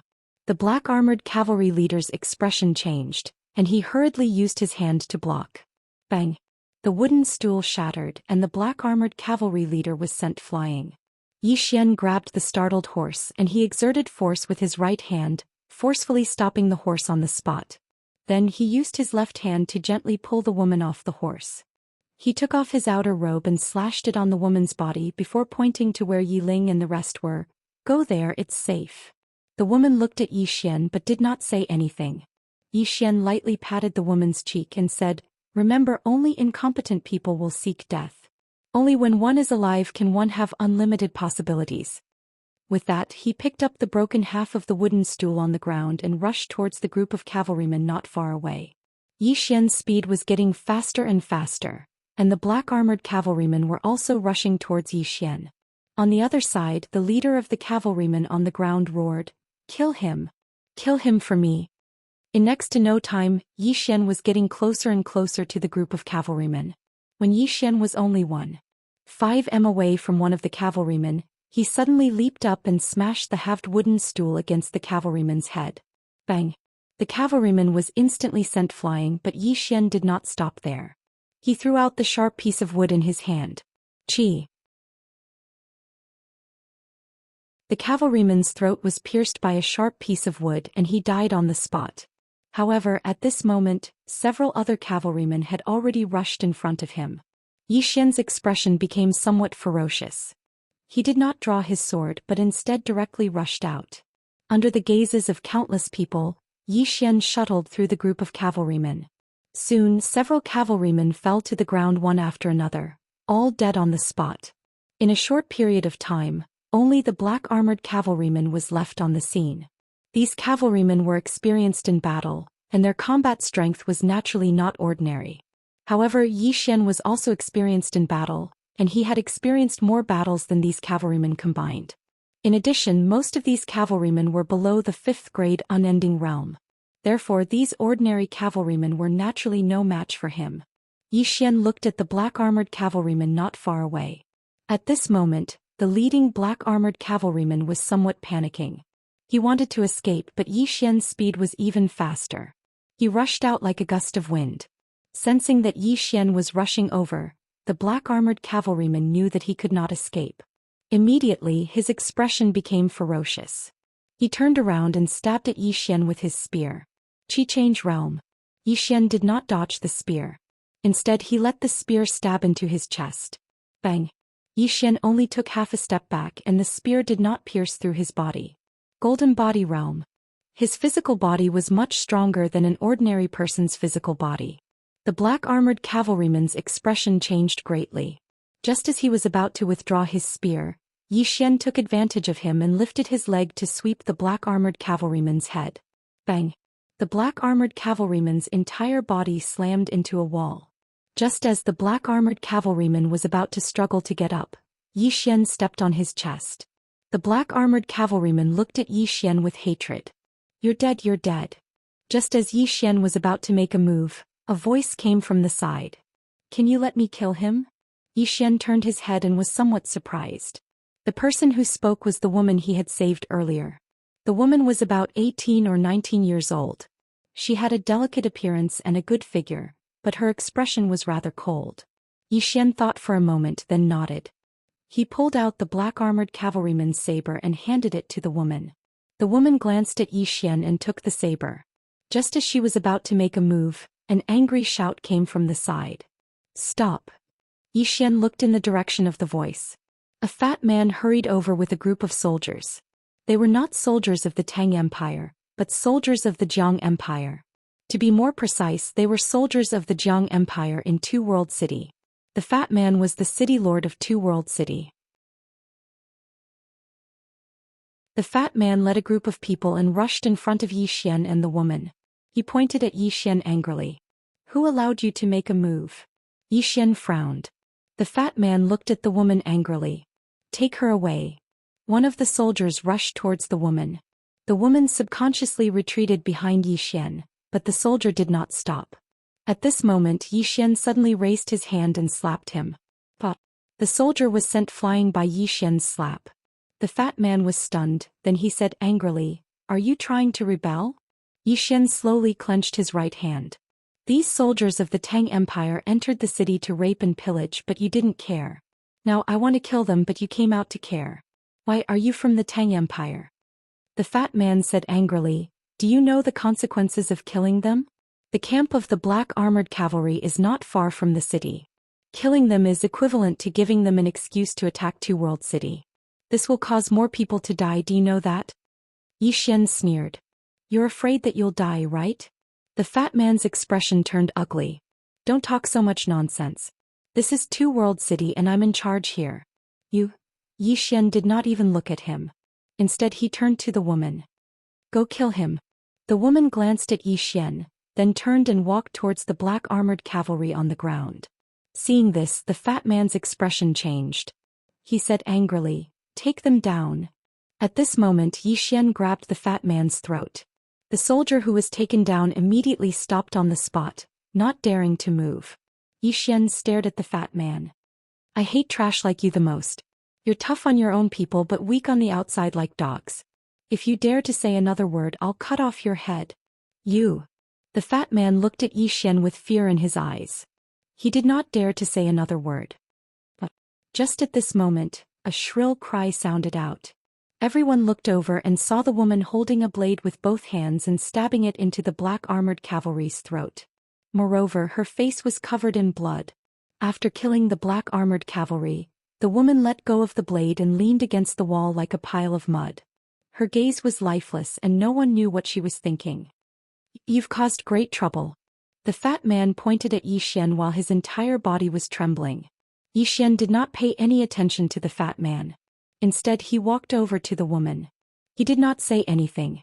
He merely took out 10 gold coins and placed them in the woman's hand. "Live well." With that he turned and left. The woman looked at Yi Xian's back in a daze. At this moment, A wave of hurried galloping sounds came from outside the city. This time it was not just a few but countless galloping sounds. The expressions of everyone in the city changed when they noticed this. This included Zhou Xian and the others who were not far away. The fat man glanced outside the city. The next moment his face turned pale. It's over. It's the black armored cavalry. They're here. They're here. With that he pointed at Xian angrily. It's all your fault. You've harmed the entire city. It's you. Around them, some of the citizens in the city also looked at Xian resentfully. Clearly they were blaming Xian for being a busybody and bringing disaster upon himself. At this moment, the mysterious woman's voice rang in Xian's mind. How do you feel when you've done something righteous and are treated this way? Xian said calmly, whatever I do, it's only to be worthy of my heart. It's not for others to see. How they view me is their business. The mysterious woman did not say anything. Xian walked slowly towards the distant city gate. At this moment Yiling suddenly shouted, "Brother!" Xian's body trembled slightly. He stopped and turned to glance at Yiling. He smiled and said, "It's fine. Order another bowl of noodles for brother. Brother will be right back." With that said, he turned and walked towards the city gate. Behind him, Yiling watched as tears flowed from his eyes. Xian walked outside the city gate. He had just walked outside the city gate when he suddenly stopped and turned around. Behind him, the woman from before followed closely. She just followed him like that without saying a word. And at this moment, the city gate suddenly closed. In front of the city gate stood a man and a woman. Facing them were thousands of black armored cavalry. Thousands of black armored cavalrymen charged at him together. Their momentum was so great that even Xian was moved. He knew he couldn't beat them. He really couldn't beat them. Not to mention him. Even Xianxia, who was already at the levitation realm, was absolutely unable to resist the charge of thousands of black armored cavalry. He couldn't beat them, but he still wanted to fight. Xian didn't know why he had to fight, but he just wanted to fight. My name is Ayu. Behind Xian, the woman suddenly said. Xian nodded. My name is Xian. Ayu glanced at Xian. Xian. I'll remember it. In my next life and the life after that, I won't forget it either. Xian didn't hear what the woman said because he was already walking towards the cavalry. Looking at the menacing cavalry, Xian's gaze gradually became somewhat dazed. He didn't notice that within his body, Ling Xiao's sword was trembling violently. Afraid of death? Xian was also afraid of death. However, there were many times and many things that he had to do even if he died. Xian did not understand the affairs of the country, but he knew that Xian was a citizen of the state of Jiang. The country had many shortcomings, but this was his country. He was a citizen of the state of Jiang. No matter how bad the country was, it was still his home. No matter how bad his own country was, it was not the place for outsiders to insult it. Fight. This time he didn't do it for his sister, not for himself. Xian quickened his pace. Looking at the menacing group of black armored cavalry, there was no fear in his eyes, only monstrous battle intent. Huh. Xian suddenly laughed crazily. Come. Just as his voice fell, his body suddenly trembled slightly. In the next moment, an invisible force vibrated from within his body. What the hell? Within the prison pagoda, the mysterious woman's astonished voice suddenly sounded. Battle intent? What the hell? A swordsman didn't comprehend sword intent, but instead comprehended battle intent. Did I teach a fake swordsman? Battle intent.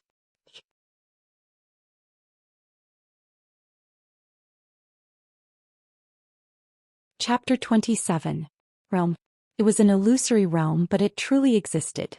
There were many realms in the world, such as sword intent, spear intent, fist intent, killing intent, battle intent, etc. Each realm was extremely difficult to comprehend, just like sword intent. In the entire Jiang country, there was only one sword Dao Grandmaster, which meant that only one person in the Jiang country had comprehended sword intent. The reason why these realms were difficult to comprehend was because there was no exact cultivation method for them. Whether one could comprehend it or not depended on themselves. However, once they comprehended it, it would mean that their combat strength would greatly increase, and it would also mean that they had entered another level. At this moment, Xian had endless battle intent. This battle intent was not for himself, nor was it for his sister. As for why exactly, he could not explain it. All he knew was that he would not retreat even if there were tens of thousands of cavalrymen in front of him, let alone thousands of cavalrymen. Fight. Yi Xian's footsteps became faster and faster, and wherever he passed, the battle intent swept up like a violent gale. Sand and dust flew up from the ground, forming a huge sandstorm around Yi Xian. However, the momentum of the charge of thousands of black-armored cavalrymen was countless times more terrifying than Yi Xian's. However, there was no fear in Yi Xian's eyes. On the contrary, his speed became faster and faster. Behind Yi Xian, Yu watched as the young man charged towards the black-armored cavalrymen in the distance. As she watched, her gaze became a little dazed. When Yi Xian was still 100 feet away from the black-armored cavalrymen, the middle-aged man in the lead suddenly raised his right hand. In the next moment, thousands of black-armored cavalrymen stopped in their tracks. They stopped neatly without the slightest bit of disorder. The middle-aged man's gaze fell on 100 feet to the right of Yi Xian, where a woman was slowly riding a horse. The woman wore a silver soft armor, her long hair was tied into a ponytail, and there was a golden scimitar hanging from her waist. She was not devastatingly beautiful, but her eyes were as sharp as knives. Just like that, she slowly rode her horse towards them, neither hurried nor slow. Silver armor, golden scimitar. The expressions of thousands of black-armored cavalrymen changed.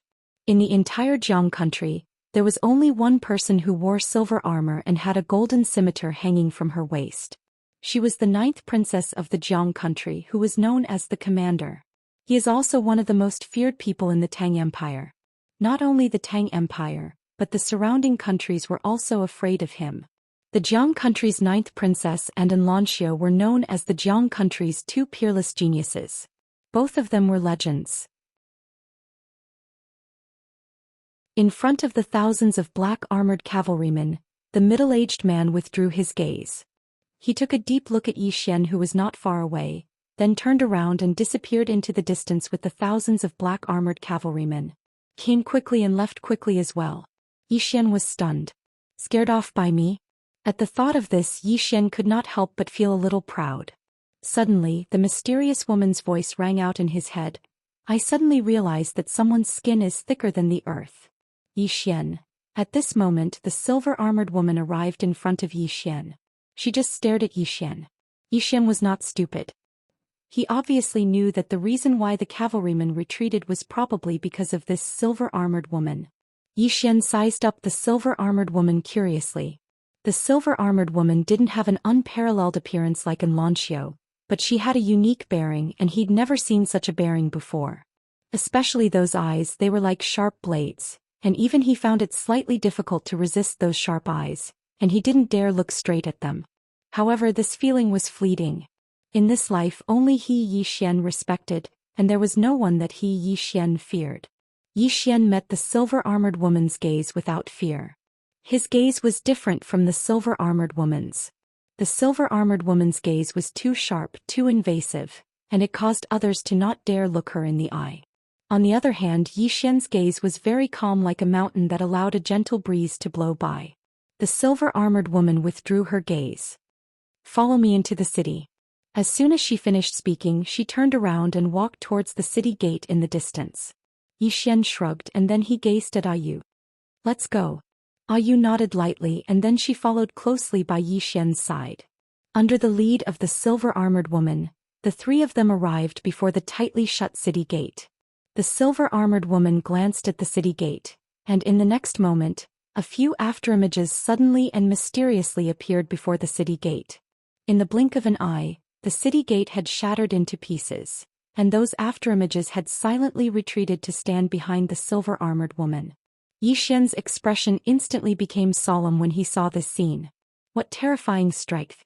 Those people from before were at least at the skyward realm or above. Yi Xian glanced at the silver-armored woman once more, and his eyes were filled with curiosity. Who exactly is this woman? The silver-armored woman led Yi Xian and Yu into the city. At this moment, the city lord and the soldiers of Two World City instantly charged over, and the fat city lord pointed angrily at the silver-armored woman. Who are you? You? As he spoke, his gaze descended onto the golden saber at the silver-armored woman's waist. The fat man was stunned when he saw the golden saber. In the next moment his entire body trembled violently. Under the astonished gazes of countless people, the fat man slowly knelt down and said with a trembling voice, "Greetings, ninth princess." Ninth princess. As soon as these words were spoken, everyone in the surroundings was instantly petrified. Ninth princess. The youngest commander in the history of Jiang Kingdom, and just like in Lanxiu, she was another legend of Jiang Kingdom. On the other side, Han Xiangming was stunned for a moment, and then she hurriedly led the old man towards the silver-armored woman. After being stunned for a moment, Lu Xiaoran hurriedly walked over to the silver-armored woman and bowed respectfully. Thousand Mountain City's city lord Lu Xiaoran greets ninth princess. The silver-armored woman glanced at Lu Xiaoran. City lord Lu, although the two-world city is not under your jurisdiction, you are still a citizen of the Jiang country. This time the Tang Empire came to invade but you ignored it. You should be punished. I'll punish you with 5 years of salary, and you'll be fully responsible for the funeral of the people who died in the city. Lu Xiaoran bowed deeply. This subordinate is willing to be punished. Han Xiangming walked over to the silver-armored woman and bowed slightly. Han Xiangming of the Immortal Intoxication in greets ninth princess. The silver-armored woman glanced indifferently at Han Xiangming. If you had stood up and said a few words to the people of this city earlier, I would have guaranteed that you would have a meteoric rise in the Immortal Intoxication Inn. Unfortunately, as a citizen of Jiang Kingdom, you don't have any thoughts about your country at all. What qualifications do you have to be a citizen of Jiang Kingdom? From this moment onwards, you are no longer a citizen of Jiang Kingdom. If the Immortal Intoxication Inn dares to let you manage the affairs of the Immortal Intoxication Inn, I will be the first to not forgive you. Hearing this, Han Xiangming's face instantly turned pale. Originally, she still had a little bit of hope, because the third pavilion master had actually given her a chance by asking her to return to the imperial capital. But now, the words of the woman in front of her had cut off all her possibilities. The Immortal Intoxication Inn would not become enemies with such a powerful person for her, because she was not worth it. The silver-armored woman turned to look at the city lord and the soldiers who were still kneeling not far away. The Tang Kingdom attacked, and the city lord of Two World City did not come out to fight. He allowed the people of the city to be slaughtered. This crime is unforgivable and he should be sentenced to death by 1,000 cuts. As for the rest of the soldiers, they will be assigned to the suicide squad after their injuries have healed. In the future, if they perform meritorious service in the war with Tang Kingdom, today's crime can be pardoned. Take all of them away. Hearing this, the city lord of Two World City fainted. As soon as the silver-armored woman finished speaking, a few black-clothed figures silently appeared, and then the soldiers and the city lord were taken away. The silver-armored woman turned around, and her gaze descended onto Yi Xian. Earlier no one in the city dared to fight, but you dared. Why? Yi Xian looked the silver-armored woman in the eyes. Even though I'm not a citizen of Two World City, I'm a citizen of Jiang Kingdom. I couldn't bear to watch my fellow citizens being humiliated like this, so I made a move. The silver-armored woman nodded slightly, and there was a trace of admiration in her eyes. If all the men of Jiang Kingdom are like you, then a mere Tang Kingdom would be nothing. Join my army and be a general. How about it? Han Xiangming and Lu Xiaoran's expressions changed when they heard this. The ninth princess has taken a liking to Yi Xian.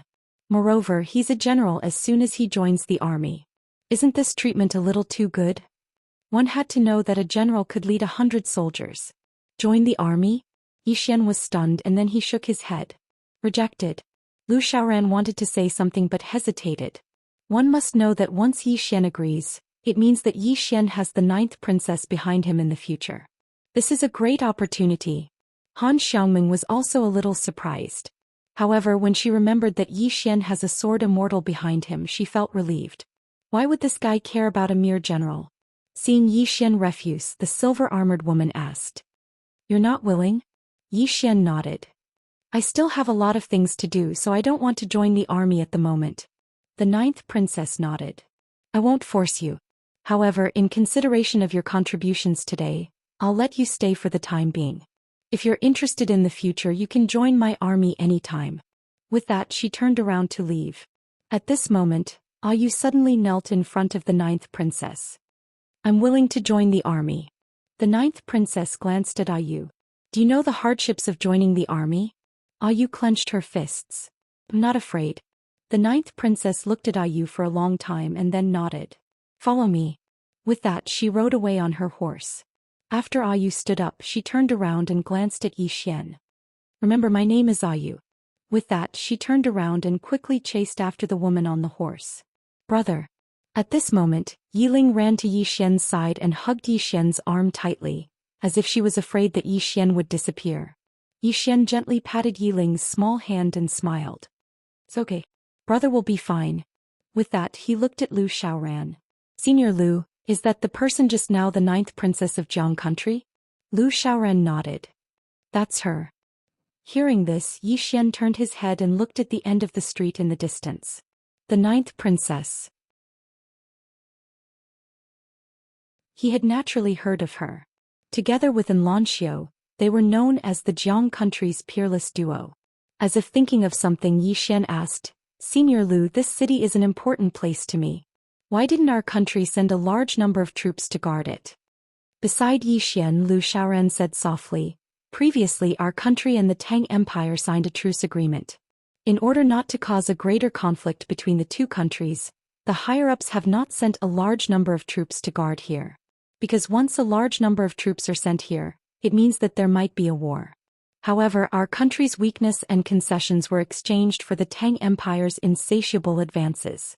Now that the ninth princess is here, I'm afraid that a war will soon come. Or, Zhou Xian had not experienced it, but he knew very well that if a war broke out many people would die. If possible, it was better not to fight. An hour later, everyone boarded the cloud ship. The cloud ship started and behind them two world city became smaller and smaller, and the imperial capital was getting closer and closer.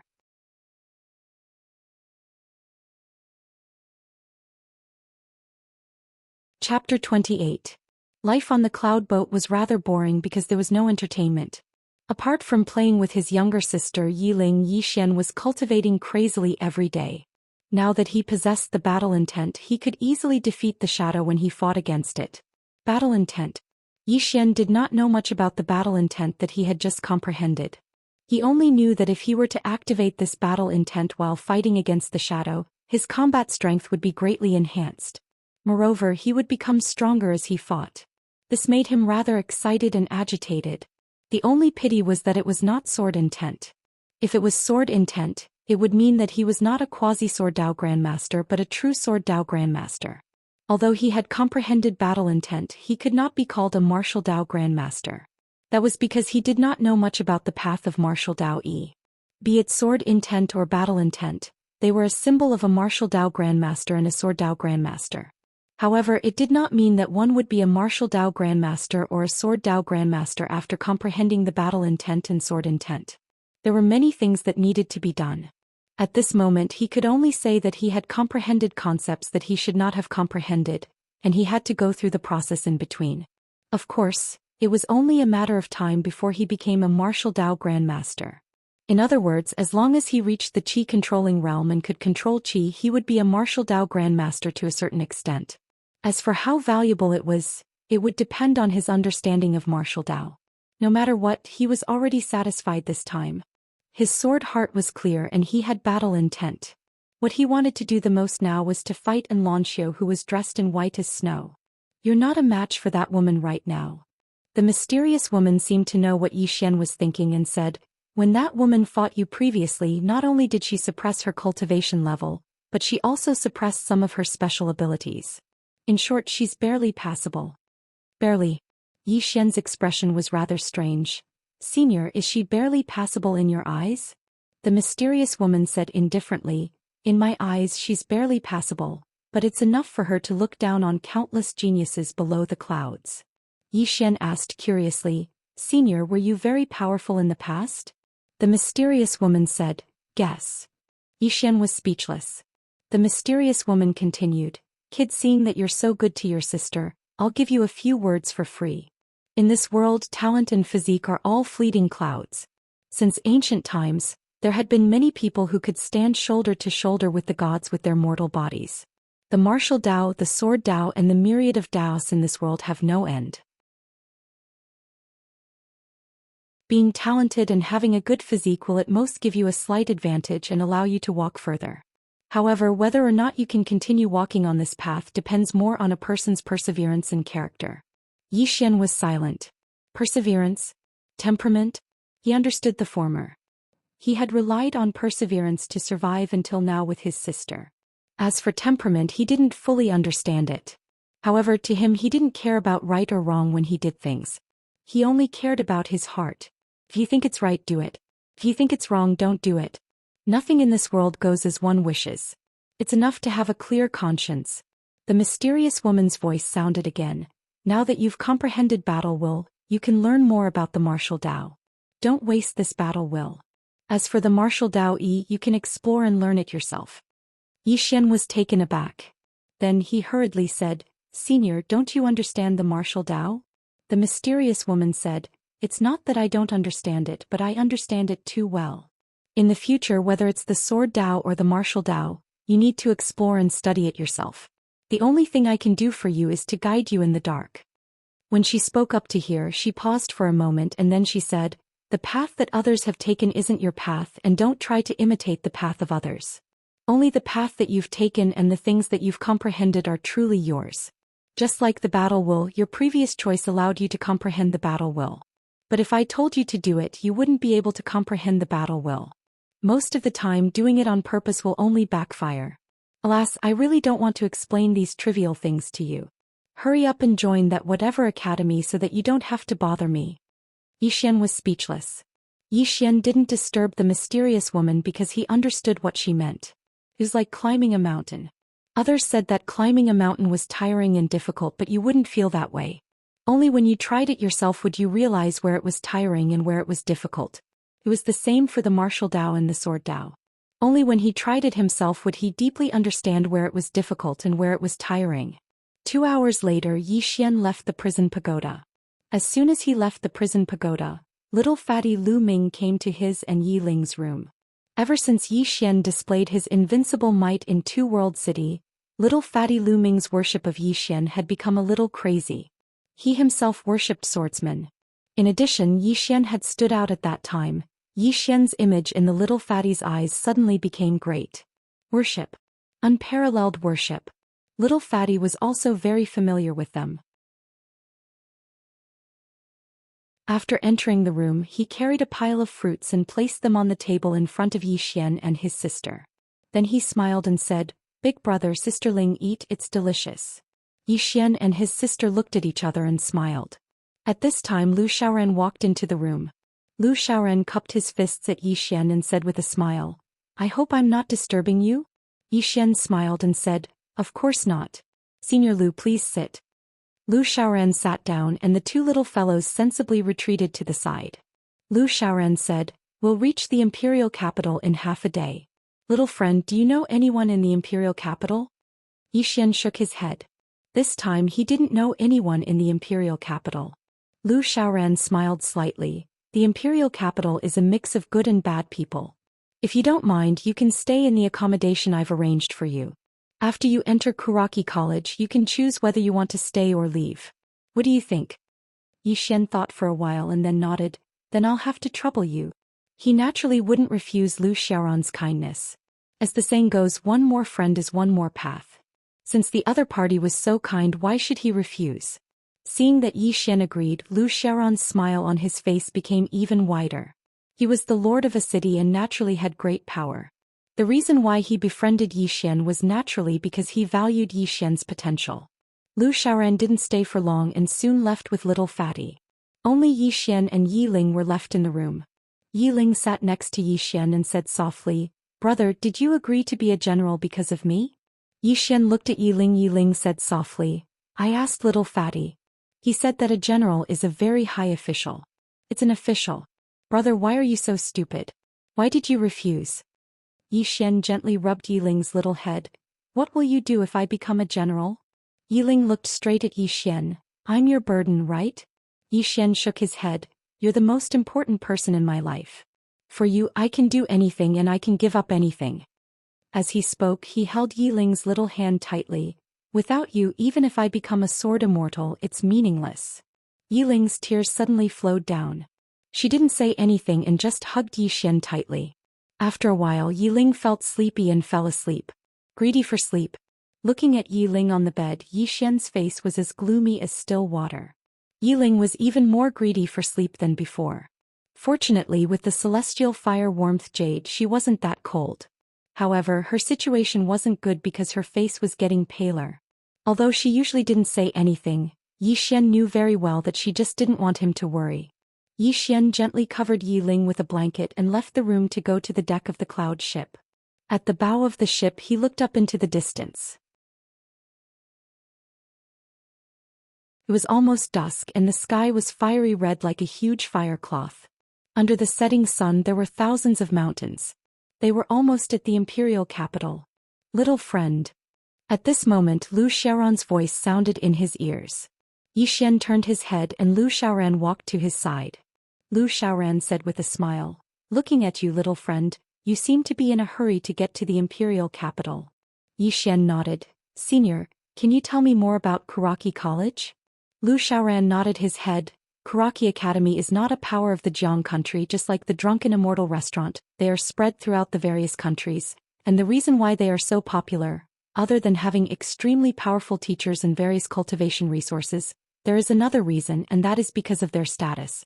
As long as you enter Kuraki College, it's equivalent to being labeled as a genius.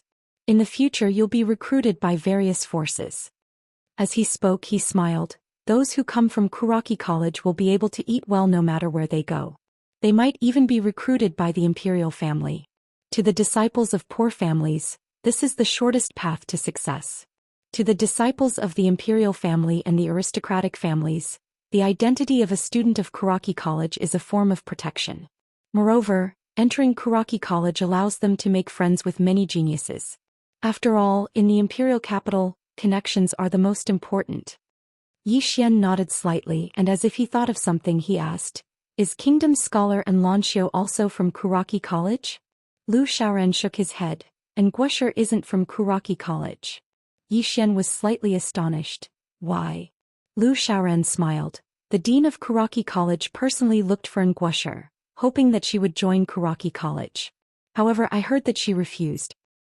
Refused? Yi Xian was stunned. Why? Lu Xiaoran shook his head and smiled. Because there's no mentor in Kuraki College that can teach her. It should be said that she's already qualified to be a mentor. Tell me, isn't it a little ridiculous to ask her to join Kuraki College? Yi Xian was speechless. Lu Xiaoran continued, however, although she didn't join Kuraki College still gave her the honor of being an honorary mentor. Although she doesn't have any real power, other than the dean and a few core members of Kuraki College, everyone else has to pay their respects when they see her. At this point he paused slightly. As far as I know, Guosher's background isn't simple. However, this isn't something that we should care about. Yi Xian nodded, then asked, "Senior, I heard that Kuraki College has the best doctors, is that right?" Lu Xiaoran nodded. "I don't dare say that they have the best, but their treatment methods should be the best in Jiang country. Even the imperial physicians in the palace often go there to ask for advice, and some of the imperial physicians are even from there." Hearing this, Yi Xian's heart relaxed. He turned his head to look into the distance, and at the end of his line of sight he could vaguely see a majestic ancient city, the imperial capital.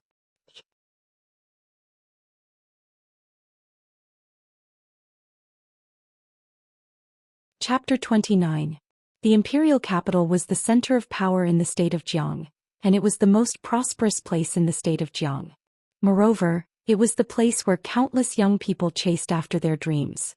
The cloud vessel grew closer and closer to the imperial capital, and the city grew clearer and clearer within their fields of vision.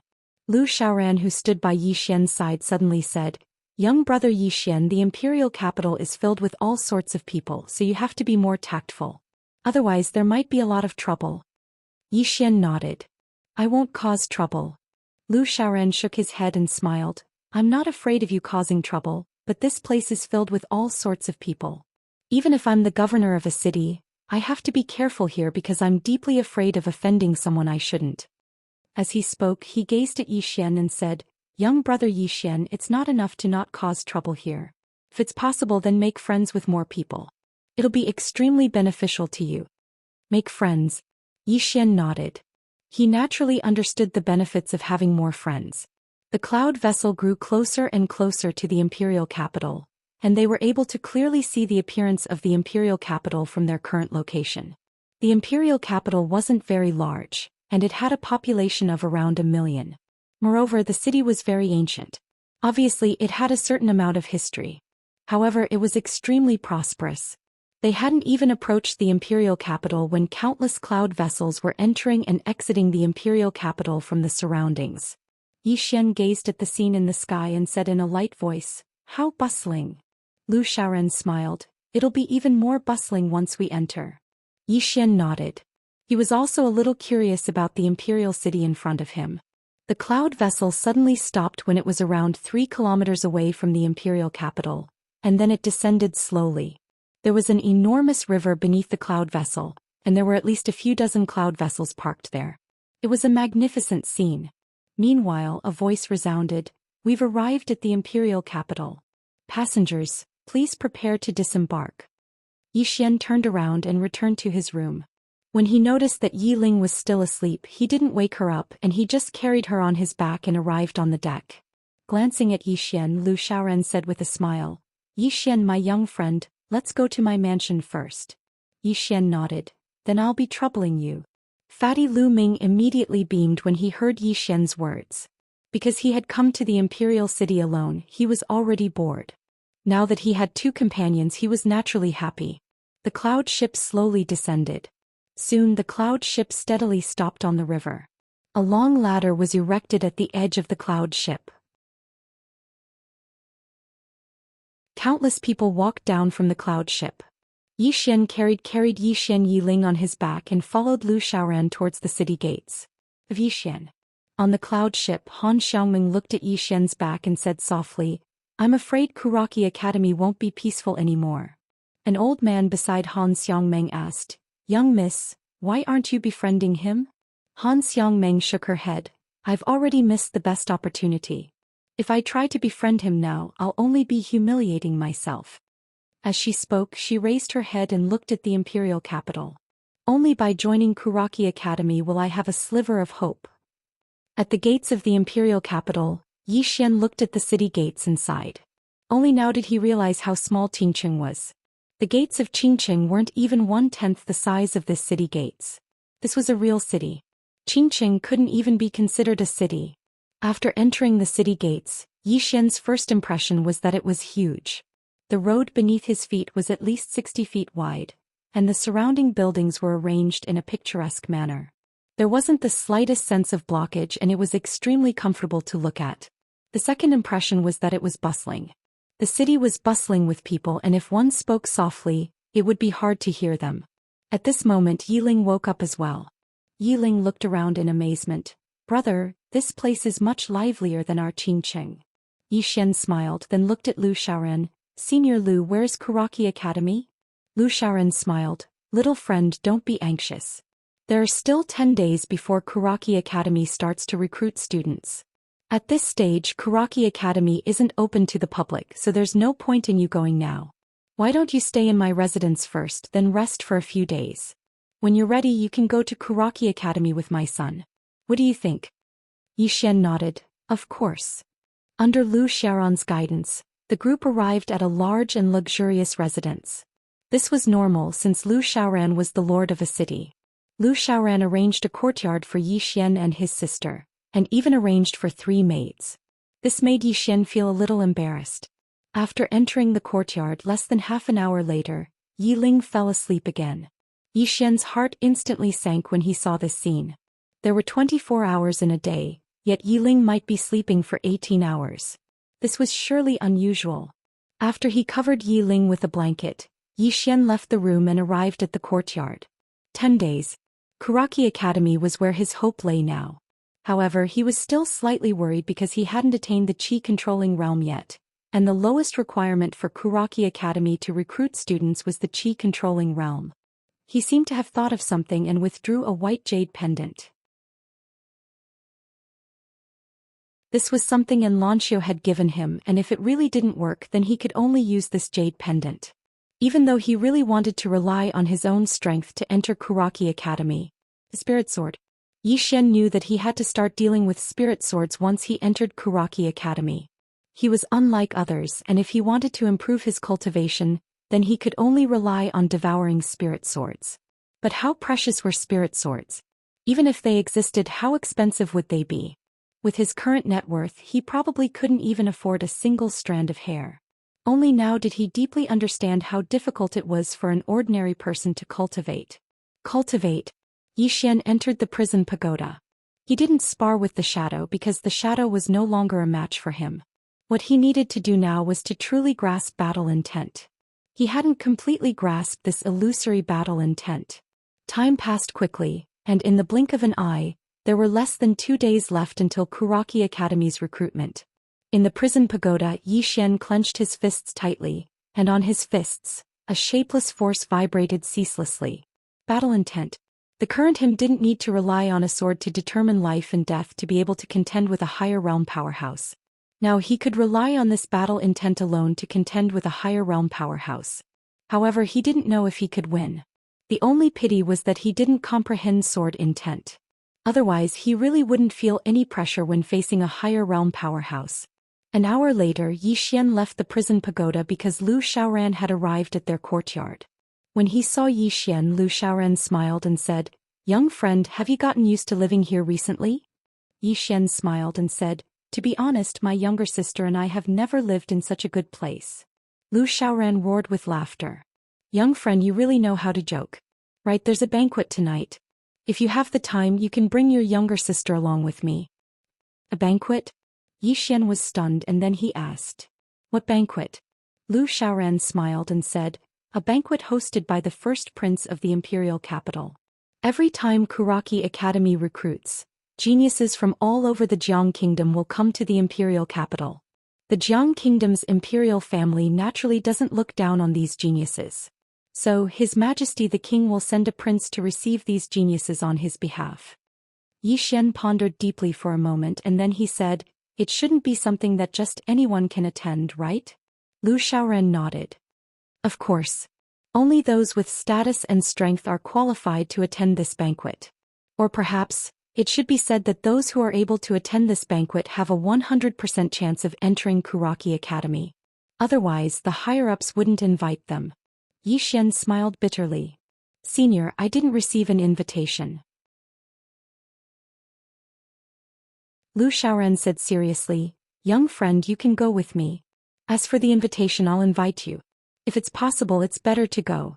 All the geniuses of this year are monstrous geniuses, and it'll be beneficial to you if you're able to make friends with some of them. What do you think?" Yi Xian thought for a moment and then he nodded. Just as Lu Xiaoran had said, it wasn't bad to make friends with some people. After all, a swordsman didn't have to be alone. Moreover, he wanted to see the monstrous geniuses of the Jiang Kingdom. Lu Xiaoran nodded and smiled. "Then please prepare yourself. We'll set out in a moment." After saying that, he turned around and left. Yi Xian returned to his room. At this time, Yi Ling had also woken up. Yi Xian walked to Yi Ling and gently rubbed Yi Ling's cheek. He said softly, "Don't sleep later. Big brother will take you to eat and drink to your heart's content." Yi Ling blinked and then smiled brightly. "All right." Yi Xian lightly scratched Yi Ling's little nose. "Quickly go wash your face. We'll set out immediately." Half an hour later, Lu Xiaoran left the mansion with Yi Xian, Yi Ling and a group of people. Soon they arrived at a restaurant in the center of the city. The Immortal Inn. The Immortal Inn could be said to be the largest restaurant in the imperial city. It covered an area of nearly 1,000 square meters. It had a total of 6 floors and its exterior was covered in gold. It was extremely luxurious. And this restaurant was the property of the drunken Immortal Inn. Yi Xian and his younger sister were both struck dumb by the sight of the restaurant. They had never seen such a large and luxurious restaurant before. Not to mention them, even little fatty Lu Ming was a little shocked. There wasn't such a large restaurant in Thousand Mountain City. Seeing the three's expressions, Lu Xiaoran laughed. "This isn't the biggest. In the future you should go out and see more. You'll realize that the world is big and full of wonders." Yi Xian nodded. He deeply agreed with this point. Fortunately, he left Qing City. Otherwise he would be a frog in a well for the rest of his life. Lu Xiaoran led the three into the Immortal Inn. A beautiful woman immediately came to greet them. "Are you City Lord Lu?" Lu Xiaoran nodded. The woman smiled sweetly. "There's still half an hour before the banquet. The Crown Prince has already arranged some entertainment for City Lord Lu. Would City Lord Lu like to try it?" Hearing this, Lu Xiaoran's old face turned slightly red. He hurriedly shook his head. "No need. Bring me to see the Crown Prince." The woman nodded and led Lu Xiaoran and Yi Xian up the stairs.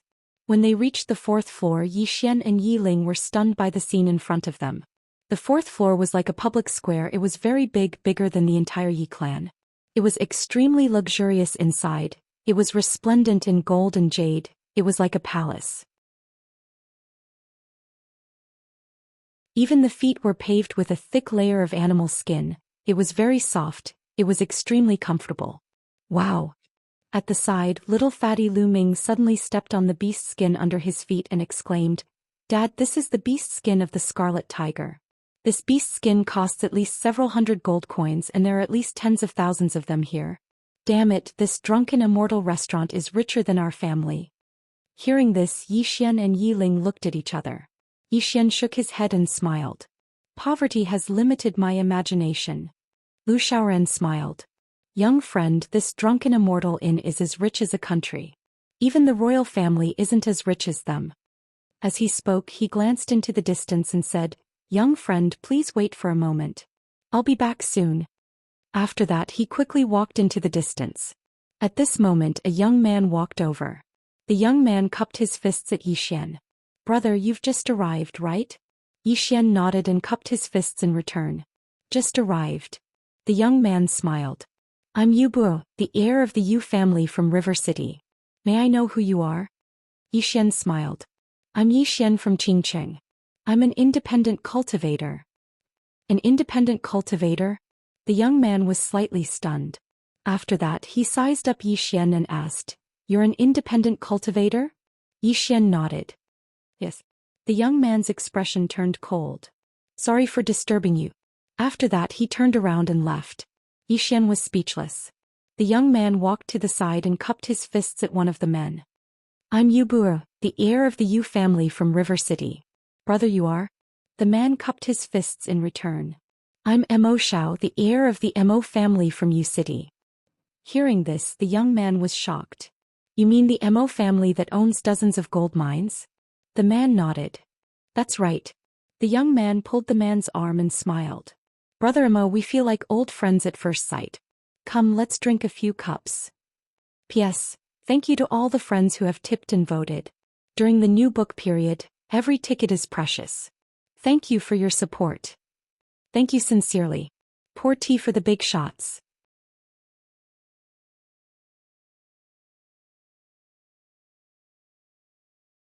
Chapter 30.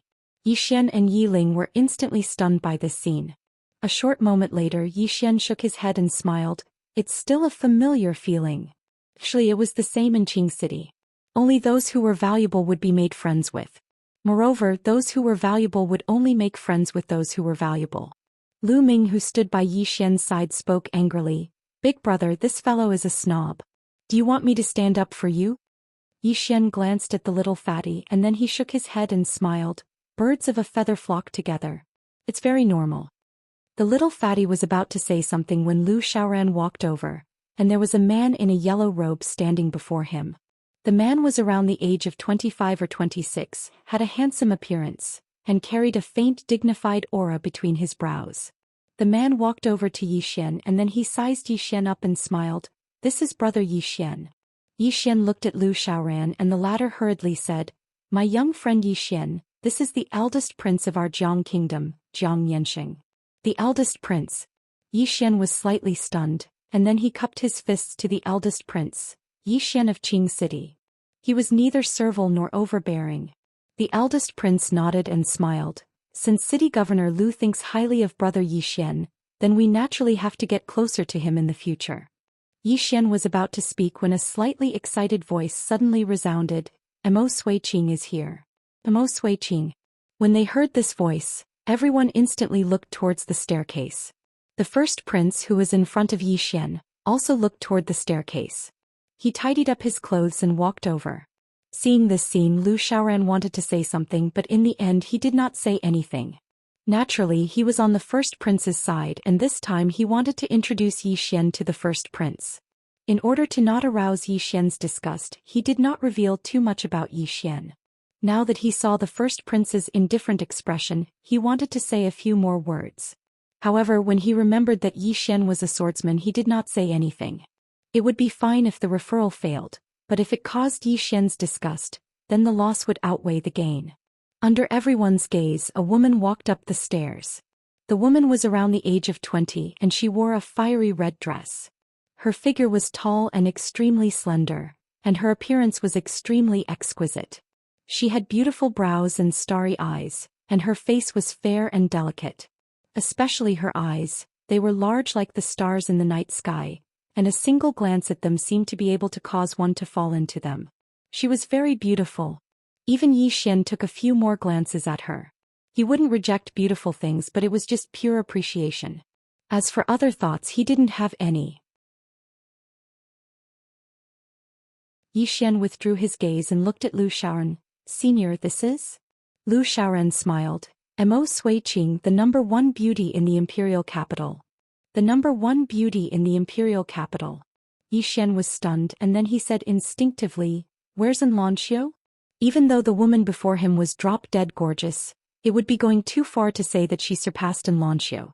Lu Xiaoran smiled. "And Guoshi isn't renowned in the 100 Kingdoms by relying on her appearance, and the impression others have towards her isn't based on her appearance as well. Young friend, do you understand?"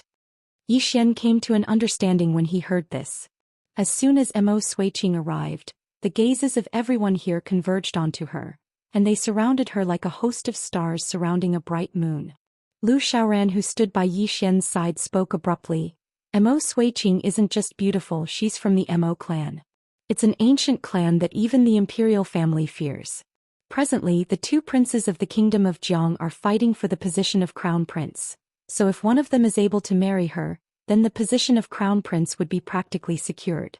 Unfortunately, Mo Suiqing's standards are extraordinarily high. She once said that no man in the kingdom of Jiang is worthy of her." Meanwhile, Yiling, who stood by Yi Xian's side, spoke abruptly. "I think my older brother can do it." Yi Xian rolled his eyes at Yiling. "Big brother is only a treasure in your heart, but I'm probably nothing in the eyes of others."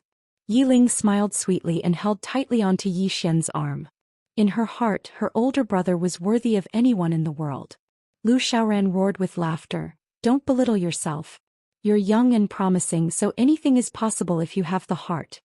He didn't know who was behind Yi Xian, but he knew something about Daoist. Yi Xian had killed an elder of the Immortal Indulgence in and survived. After that, Tower Master Han had died. Yi Xian shook his head and smiled. He glanced at Mo Suiqing, who stood in the distance. Women like her were arrogant and had extremely high standards, so he wouldn't go looking for trouble with her. In his opinion, the relationship between two people should be based on feelings and character. Even though talent and potential were necessary, it would be meaningless if a relationship was built on talent and potential, as well as family background. It was like saying that you only love me if I have money, and you don't love me if I don't have money. What was the point of such love? The banquet started. Yi Xian and his sister Yiling, Lu Xiaoran and little Fatty sat at a table alone. The table was filled with all kinds of dishes, and there was an endless stream of them. The siblings and little Fatty ate happily. He and his sister were used to a hard life, so they had never eaten delicacies before. As for little Fatty, he was just a glutton. The people around them were either making friends or toasting each other. Only their table was eating crazily. Seeing this, Lu Xiaoran shook his head and smiled bitterly. However, he couldn't do anything about it. He knew better than anyone what kind of person his son was. If he asked little Fatty to say those hypocritical words, little Fatty wouldn't be able to do it. He might even offend people. As for Yi Xian, in his heart, Yi Xian should have extremely high standards and disdain to make friends with others. In fact, he didn't know that every time Yi Xian said that he was a rogue cultivator, people would run away. Yi Xian was helpless. "Damn it, I have to ask what your family does before I make friends. Isn't that stupid?" A moment later Lu Xiaoran turned to look into the distance and said, "You guys eat first. A few old acquaintances have arrived. I'll go greet them." Yi Xian and the others didn't respond. Lu Xiaoran shook his head with a smile and left. Yi Ling put a large drumstick in Yi Xian's bowl. "Brother, you should eat more." As she spoke, she put a cabbage in Little Fatty's bowl. "Little Fatty, you have to lose weight. Vegetables are delicious, eat more." Little Fatty glanced at the vegetables in his bowl and said bitterly, "Sister Ling, you're too biased." Hearing this, Yi Ling smiled and put a piece of braised pork in Yi Xian's bowl. "Brother, this is delicious. It's so tender." Little Fatty was speechless. When I return, I must ask my mother to give me a younger sister." Yi Xian and his sister exchanged glances. In the next moment the siblings laughed. On the other side, a veiled woman appeared beside Mo Suiqing. That woman was Han Xiangming, who had just arrived. Although Han Xiangming was talking to Mo Suiqing, her gaze would occasionally fall on Yi Xian. She hadn't expected Yi Xian to appear here. Sensing Han Xiangming's gaze, Mo Suiqing glanced at Yi Xian. "Xiangming, you know that person?" Han Xiangming nodded. Mo Suiqing smiled.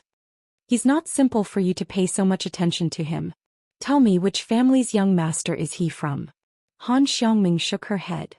"I've only met him once or twice. I'm not very familiar with him."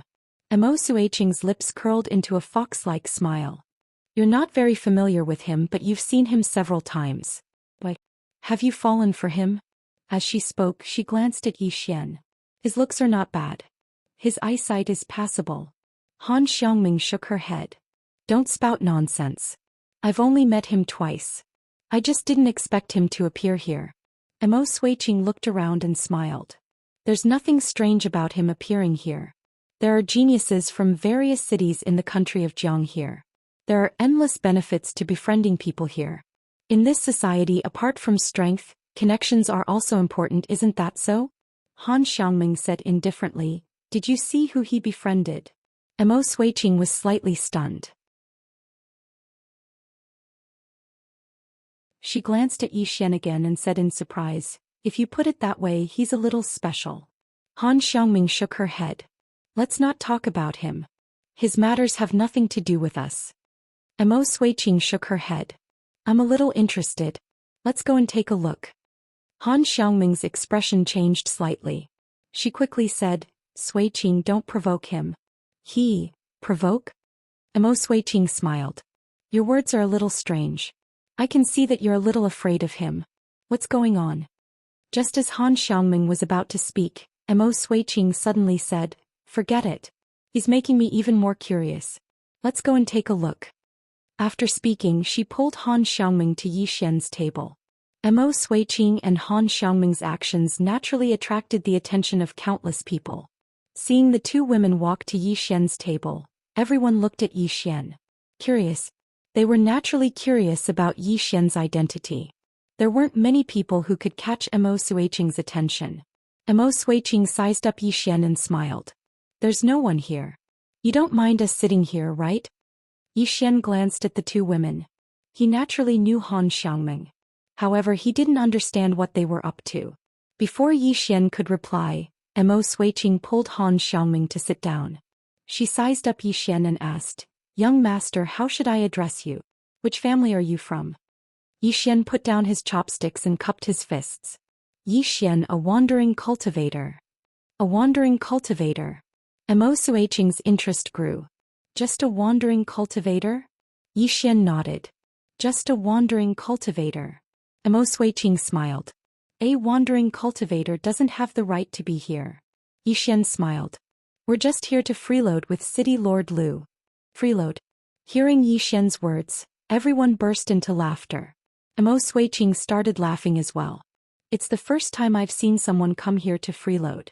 Yi Xian pondered deeply for a moment and said, "Miss Emma, what do you want? Just get straight to the point." The gazes of everyone had converged here, and it wasn't a good thing for him. He didn't want to make enemies for no reason.